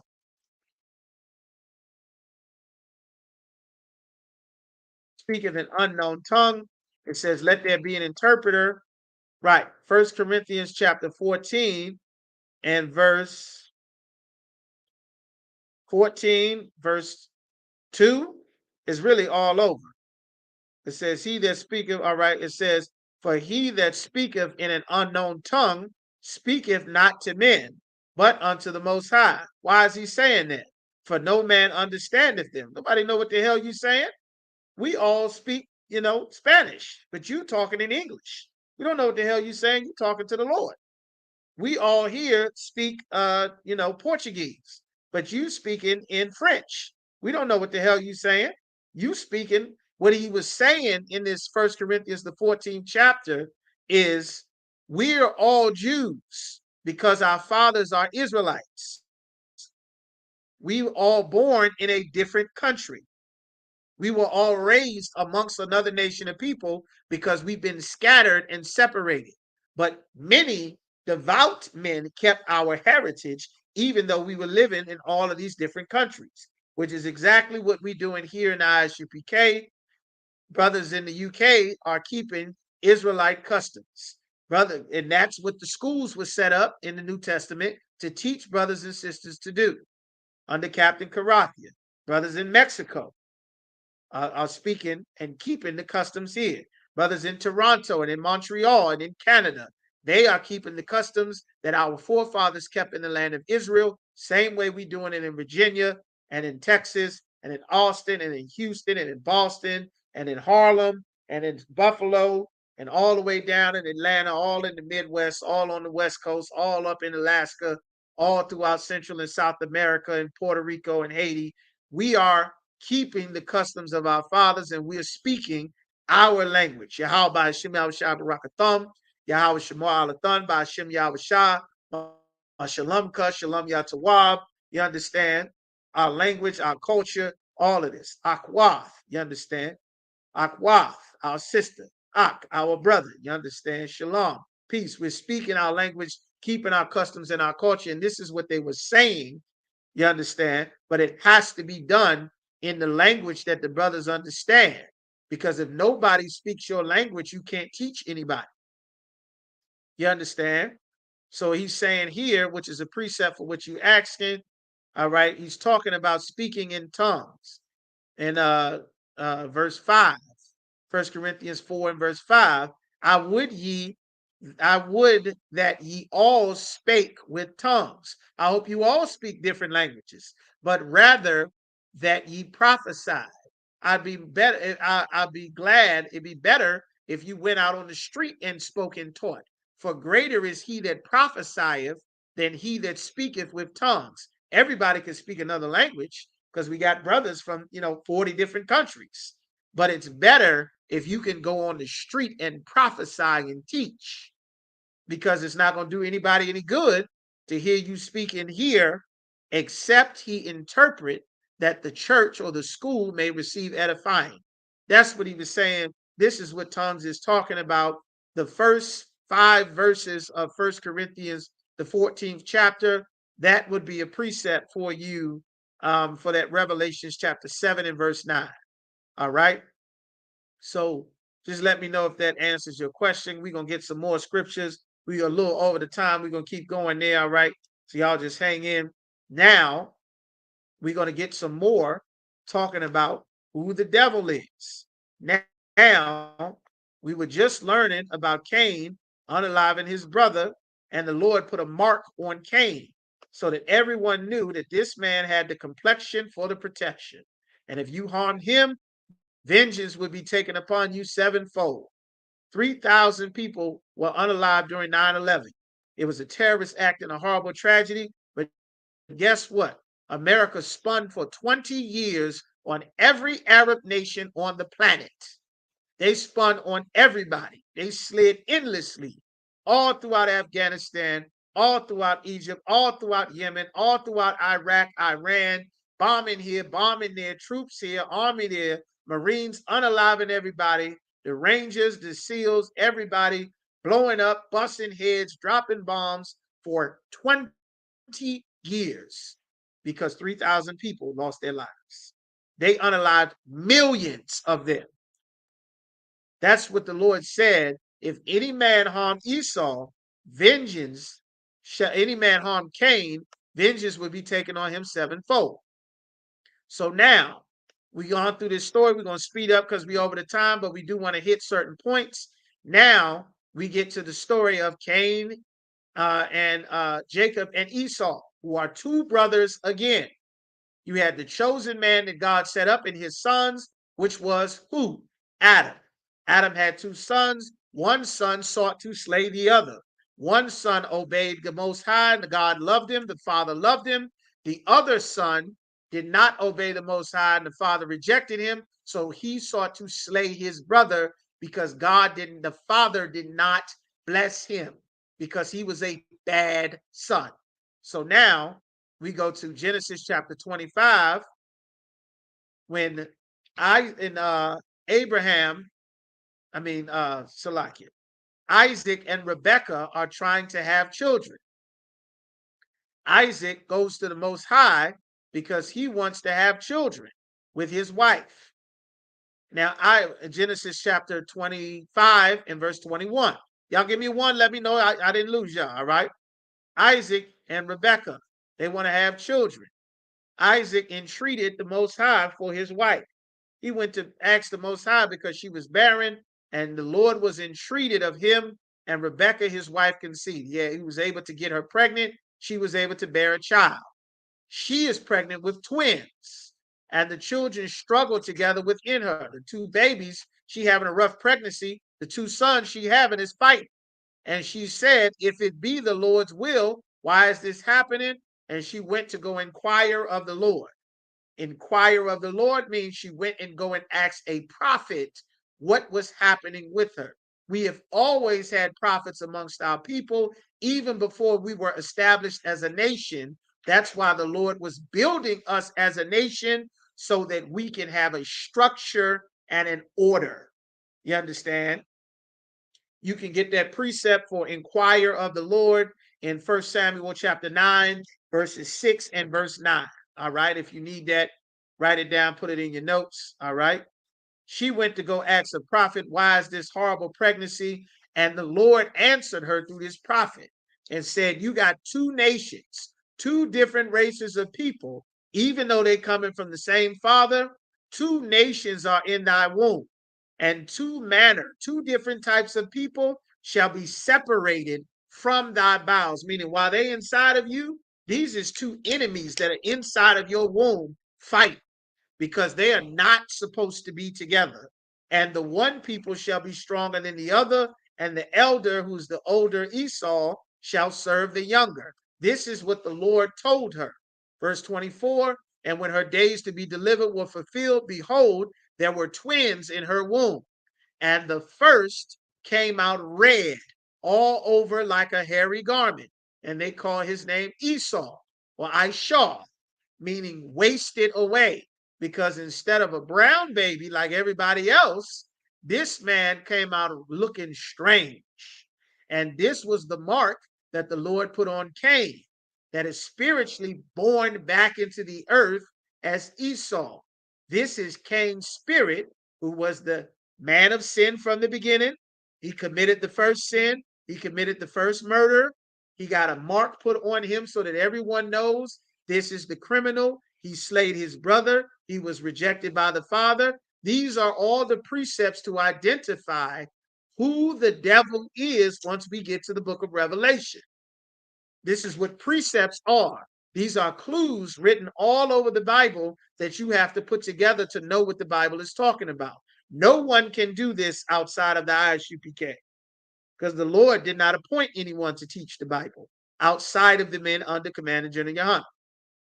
So now the second baby comes out after his brother. They don't describe this baby because this baby is brown like every other baby that is born. This other weird baby come out looking like a damn Geico caveman. Now, this is what came out of her at first. They're like, what in the hell did you just give birth to? This was a very strange event. Everybody else, oh, this is a regular baby. All right, congratulations. This is a boy.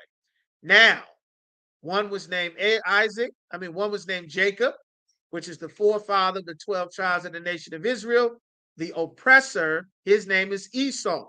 Now, when you get to verse 27, it says, Esau was a cunning hunter, a man of the field. Why is it saying a man of the field? It's saying a man of the field because Cain slew his brother in the field because the father rejected him. And the Lord put a mark on him so that everyone know this man is a unaliver. That mark is now back in the earth because that man is back in the earth. Now it comes time. He's a man in the field. He's a cunning hunter. You understand? That's why they cover themselves in deer piss. That's why Duck Dynasty, he makes the whack, whack, a duck whistle so that he can attract ducks. You understand? If a black man want to catch a duck for whatever reason, he's not going to invent a firearm, something called bird shot, a specific type of round that is made to fire into a crowd of birds so that you can unalive as many of them as possible.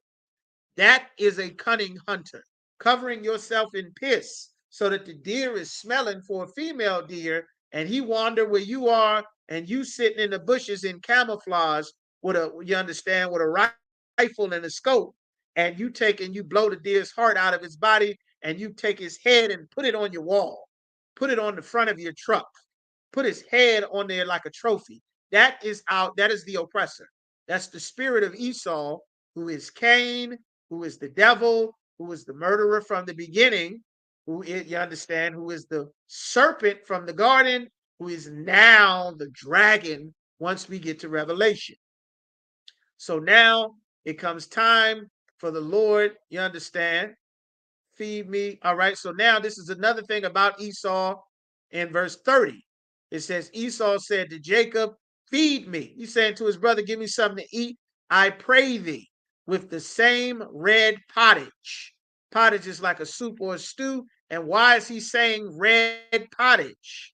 Why is he saying that? All of these things are spiritual. And I'm going to show you. Because when our oppressor gets his meat, how does he like to eat his meat? How does he like his meat? You understand? How does he like his meat? His red pottage. His red pottage. If you get a food from a black man, Hispanic man, we want our food cooked, done. How does our oppressor prepare his food? What is his style? What does he want? This is what he want right here. Bloody raw. He want the blood dripping off the plate. It's still red. To us, it's not done. To him, this is what he want right here. But that red meat showing, that red barely cooked, the blood still in it, nice and pink. To us, it's not done. All this blood on the plate, we ain't eating that. To him, oh, it's perfect. It's delicious. Still got a little bit of pink in it. You understand? That's not the way we operate. But spiritually, that is the spirit of Cain, who is the serpent, who is the devil, who is the oppressor, who is that serpent of old, who is the dragon once we get to Revelation. You understand? Bloody. That's right, sisters. That's right, brothers. Bloody, red. That's his spirit. You understand? He's eating now. We got more about Esau. He's eating his stew with the bloody red meat. He's a hunter, a man of the field. He's red and hairy all over. All of this is overwhelming evidence and precepts to identify him. Now, you understand, Isaac, it comes time for Isaac to grieve. I mean, Isaac and Rebekah. Isaac is about to, he's about to give up the ghost. He's getting old. You understand? It's time for him to pass down the birthright, or in our case, in this modern society, he laying out his will, his last will and testament. This is how everything is going to get broken up and divided. This is what I want y'all to do once I'm gone. He's going. Now we at Genesis chapter 27 and verse 1. It says, and it came to pass when Isaac was old, his eyes was dim, he can't see. He called his oldest boy to give him this blessing, because that's what the father's supposed to do. Verse 2, he says, behold, now I'm old, and I know not the day of my death. I don't know how much longer I got. I'm old now. And he's saying, therefore, go and get me some of that meat, some of that deer, some of the meat that you go out and hunt, that you can feed me this favorite meal that I like before my life is over, before I pass away and go to sleep with my fathers. Now, Rebekah got the prophecy from the Lord in Genesis, the 25th chapter, that God wants the blessing to go to Jacob and not Esau, who is Cain in the reincarnation, who was the unaliver and the murderer and the man of sin and the evil one from the beginning. God had already determined this before he was born. He puts the spirit. When you die, your spirit goes back to the Most High. Your body goes into the earth. The Lord judges your spirit for how you live, and then you are born back in the earth again, generations later, with a new body, to new parents, to live out the judgment for how you lived your life in the previous time you were on earth. You can get that in Ecclesiastes, the 3rd chapter. The place of judgment is under the sun, from about 12 on down to 15. Reincarnation is in the Bible. You don't die and then go sit up in heaven with your grandma and all your uncles and Tupac and Michael Jackson and MLK, and all the slave masters are there too, because they were also Christians. That's not what's in the Bible. You understand? We believe that because our oppressor, who is the devil the Bible speaks of, he taught us that lie through Christianity. That's not what's in the Bible. So now Rebecca is telling Jacob what to do to get the blessing. Now we're going to skip down. The father ends up blessing Jacob instead of Esau because he was tricked. The word Jacob or Yaquab means to supplant or to trick or to run game on. That's what Yaquab means. So now he blessed the wrong son, but it was God's will from the beginning. Jacob tricked him. Eve, his rib, Rebecca, did God's will. God wanted Jacob to be blessed and not Esau. So now Esau, yet again, in this life, he is also rejected of the father. Now we get down to verse 34. And when Esau heard the words of his father, he cried with a great and exceeding bitter cry and said unto his father, bless me. He wanted the father to bless him, just like Cain wanted the Most High, the father, to bless him. But he is not who God chose, because he's living out as the reincarnation of Cain. Now he's upset. He's angry. The birthright is gone. There's no more blessing left. He is yet again in this life rejected by the father, which is God's will. And Esau cried, oh, my father, bless me, is all gone. And then he said, my brother, he ran game on me. He got me. You understand? So now we're going to skip down again. He's saying, bless me, bless me. Isaac is like, listen, it's all gone. Salakia, they got you. Now we at verse 40. He's saying, give me a blessing. Now the father blesses Esau with something else. And Isaac, his father, answered and said unto him, behold, thy dwelling shall be the fatness of the earth. You're going to live everywhere on the earth, and the dew of heaven from above. Meaning you're going to have a good life, son. This is how.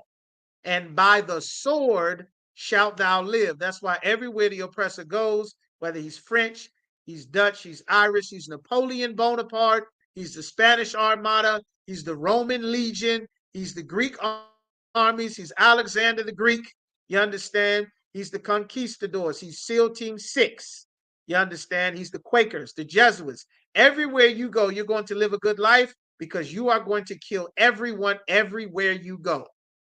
And by the sword shalt thou live, meaning if you can kill it, you're going to live a good life. And that is how our oppressor lives. And thou shalt serve thy brother, and it shall come to pass when thou shalt have dominion, that thou shalt break his yoke from off thy neck. Meaning you're going to serve your brother. Verse 41, and Esau hated Jacob because of the blessing wherewith his father blessed him. That is the same thing that Cain did to Abel. And this is the spirit of Cain again, born back in the earth. And Esau said in his heart, the days of mourning for my father are at a hand. Then, after this funeral, I will slay my brother. That's the same spirit that Cain had when he slew Abel. It's born back into the earth again of Esau. Esau is in power. Esau is ruling.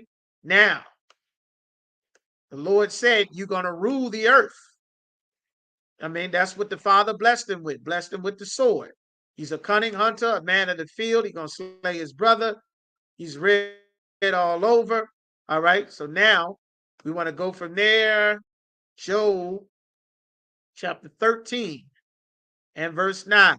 We're going to speed through it. We know we up over the time. All right. We're about 9:30. We're going to speed through it here. You understand? Job chapter 9, the Lord said, Salakia. Oh, I got that wrong. Salakia. It might be Hosea.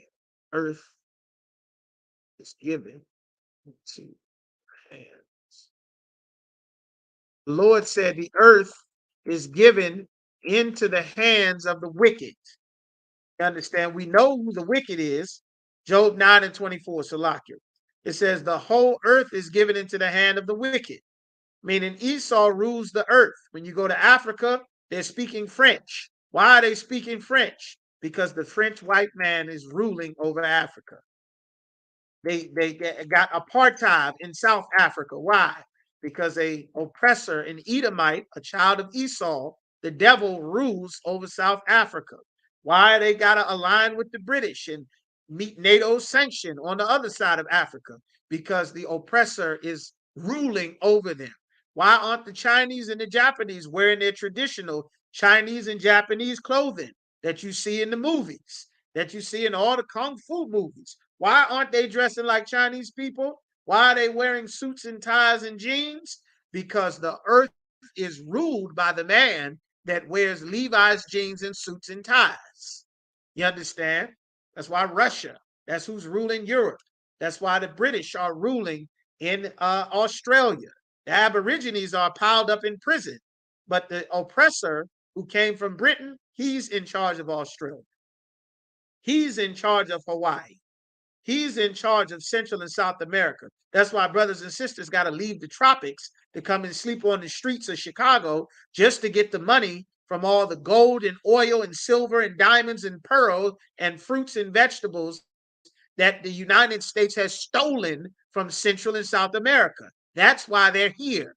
America stole and robbed them blind. That's why they're here to get their damn resources back. You understand? The Lord said the earth is given into the hand of the wicked. He covereth the faces of the judges. Who are the faces of the judges? The disciples, the prophets, Christ. Everybody thinks that they're so-called Caucasians. Why?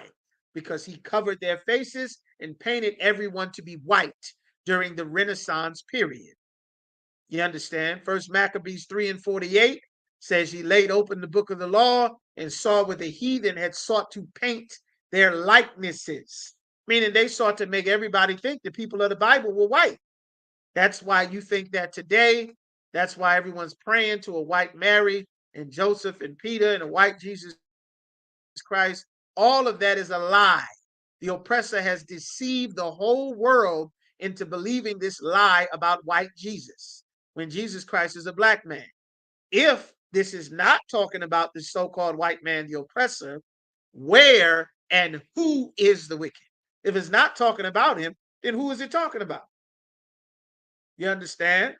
All of this is just piling on the evidence. The Lord said the earth is ruled by an evil man.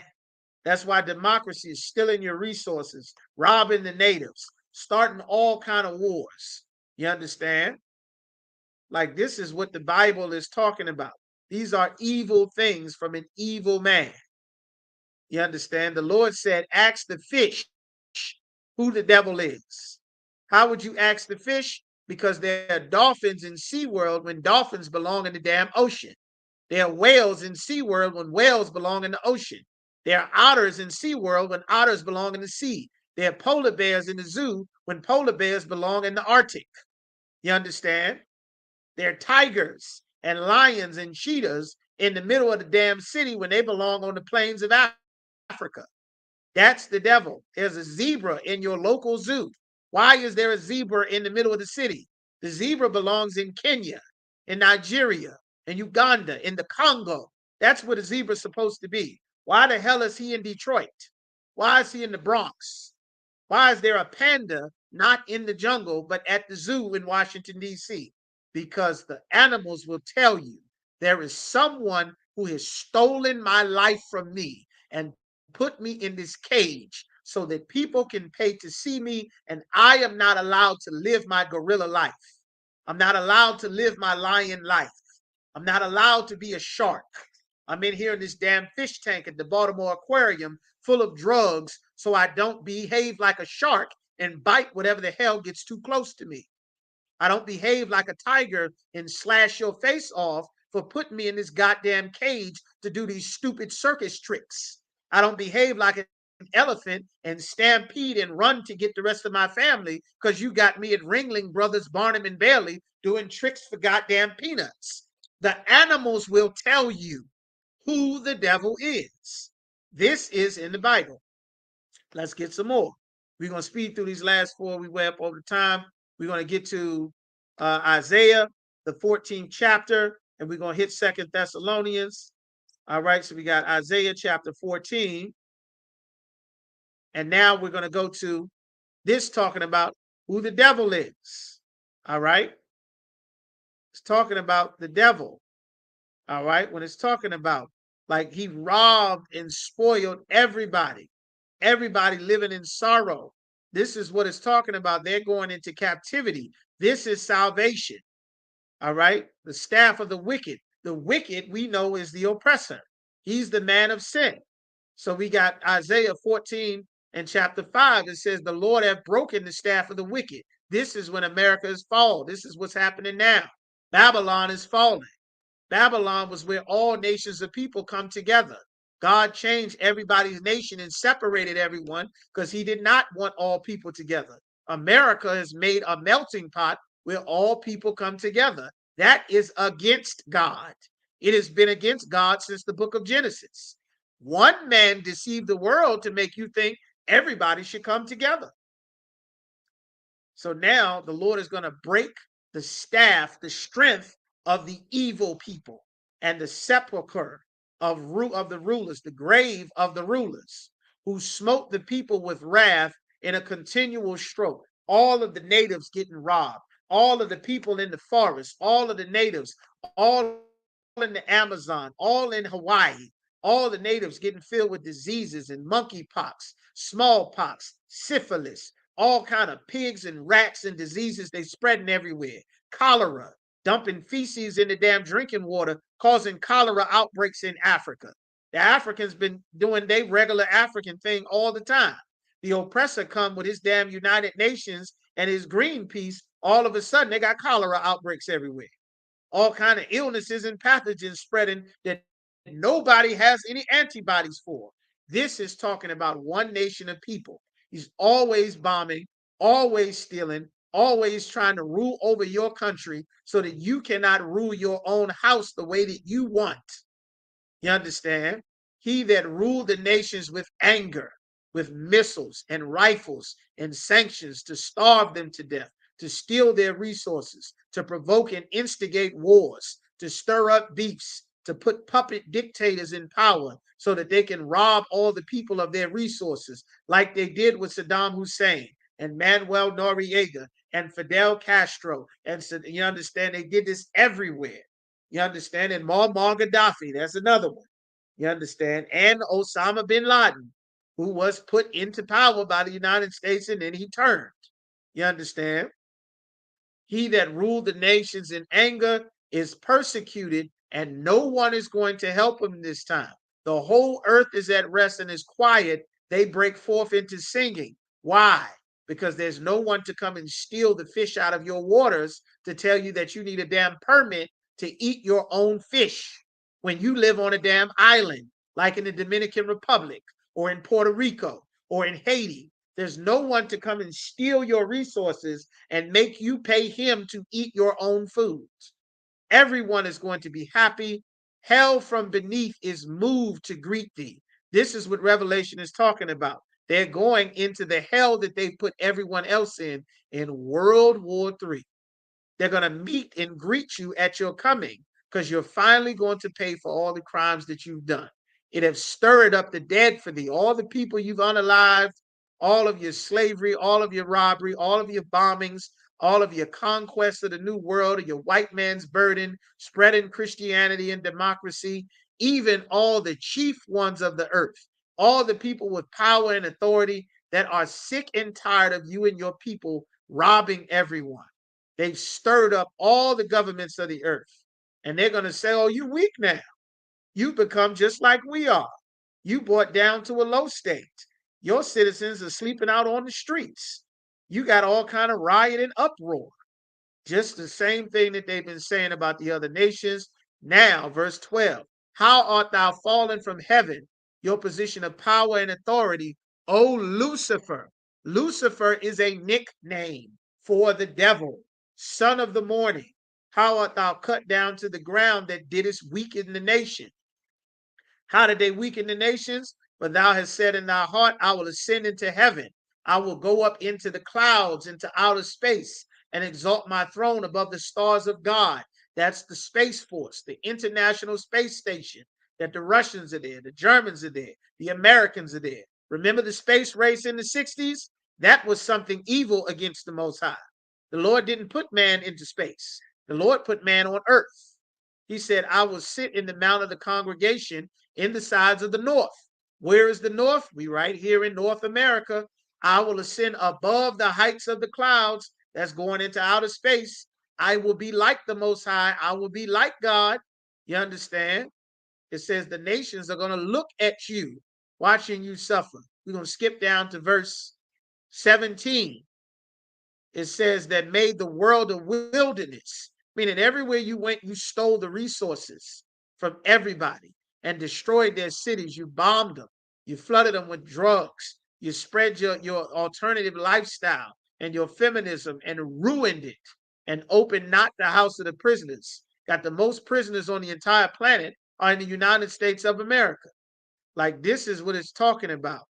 The Lord in verse 12, we skipping around, so we trying to speed up. The Lord said, prepare slaughter for his children for the iniquities, the crimes of their fathers, that they do not rise nor possess the land, nor fill the face of the world with cities. Why? Because everywhere you go, you destroy it. You tear it up. You're taking lives. You're robbing. You're bombing. You're leaving sadness and sorrow. You're destabilizing people's entire world everywhere you go. This is what the Bible is talking about. You understand? This is who the Bible describes. We way up over time. We're going to go ahead and end it there. That's why Christ said, ye are of your father, the devil, the lust of your father ye will do, the murderer from the beginning. This is all of this that the Bible is talking about. This is who the devil is. You understand? All right. And with that, we're going to go ahead and end it there. We up over the time. Why are y'all sticking in there, going through this breakdown? All right. We at the ISUPK. We start out at 1 West 125th Street in Harlem, New York. We all under command of General Yohana. We are not affiliated with any other Israelite groups. Rule for no brother and sister. A brother and sister comes into the school, they're off limits for 6 months. They're to be saluted only. They're here to learn and share themselves with the world.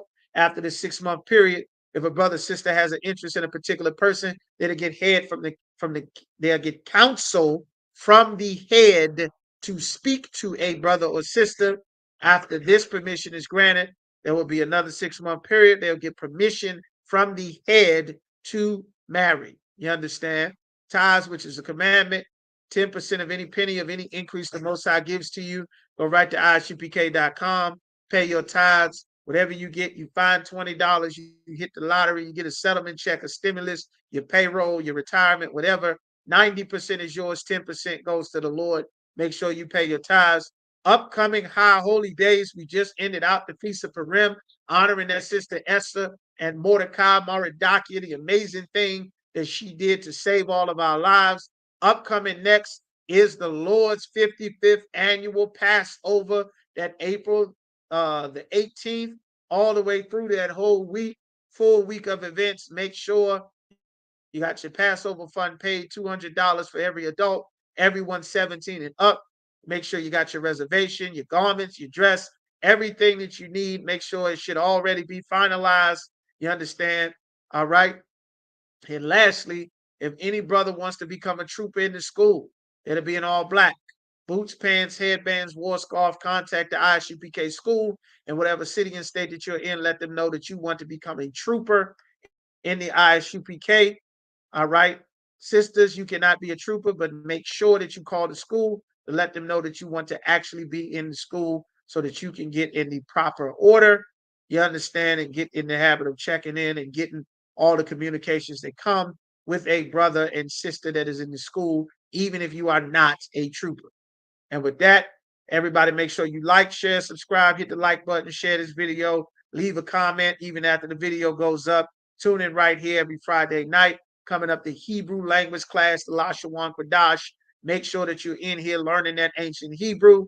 And with that, to the brothers, Yahweh Hashem Yahushua Barakatham. To the sisters, Yahweh Shemor Alathan. Hashem Yahushua. With that, all right, the water y'all, class dismissed. All right. Israel, the Israelite School of Universal and Practical Knowledge, under commanding General Yohana, presents the Lord's 55th annual Passover. That's right, the Lord's 55th annual Passover is rapidly approaching. Commanding General Yohana is calling for all blacks, Hispanics, and Native Americans to remember what the Lord did for us by saving us from our oppressors and choosing us to be a special people unto Him, the real Jews and Israelites. Passover will be held in Durham, North Carolina. Pay your Passover fee. Anyone 17 years of age or older must pay $200. Come and enjoy fresh lamb, unleavened bread, and the Spirit of Christ. Can't wait to see you all there, Israel. Shalom. Cabins on streets and corners, all is feeling righteous. Real particular, nobody else there to compare to. Train for war, men of war, and war like apparel. Prefer our leaders, can't get between us.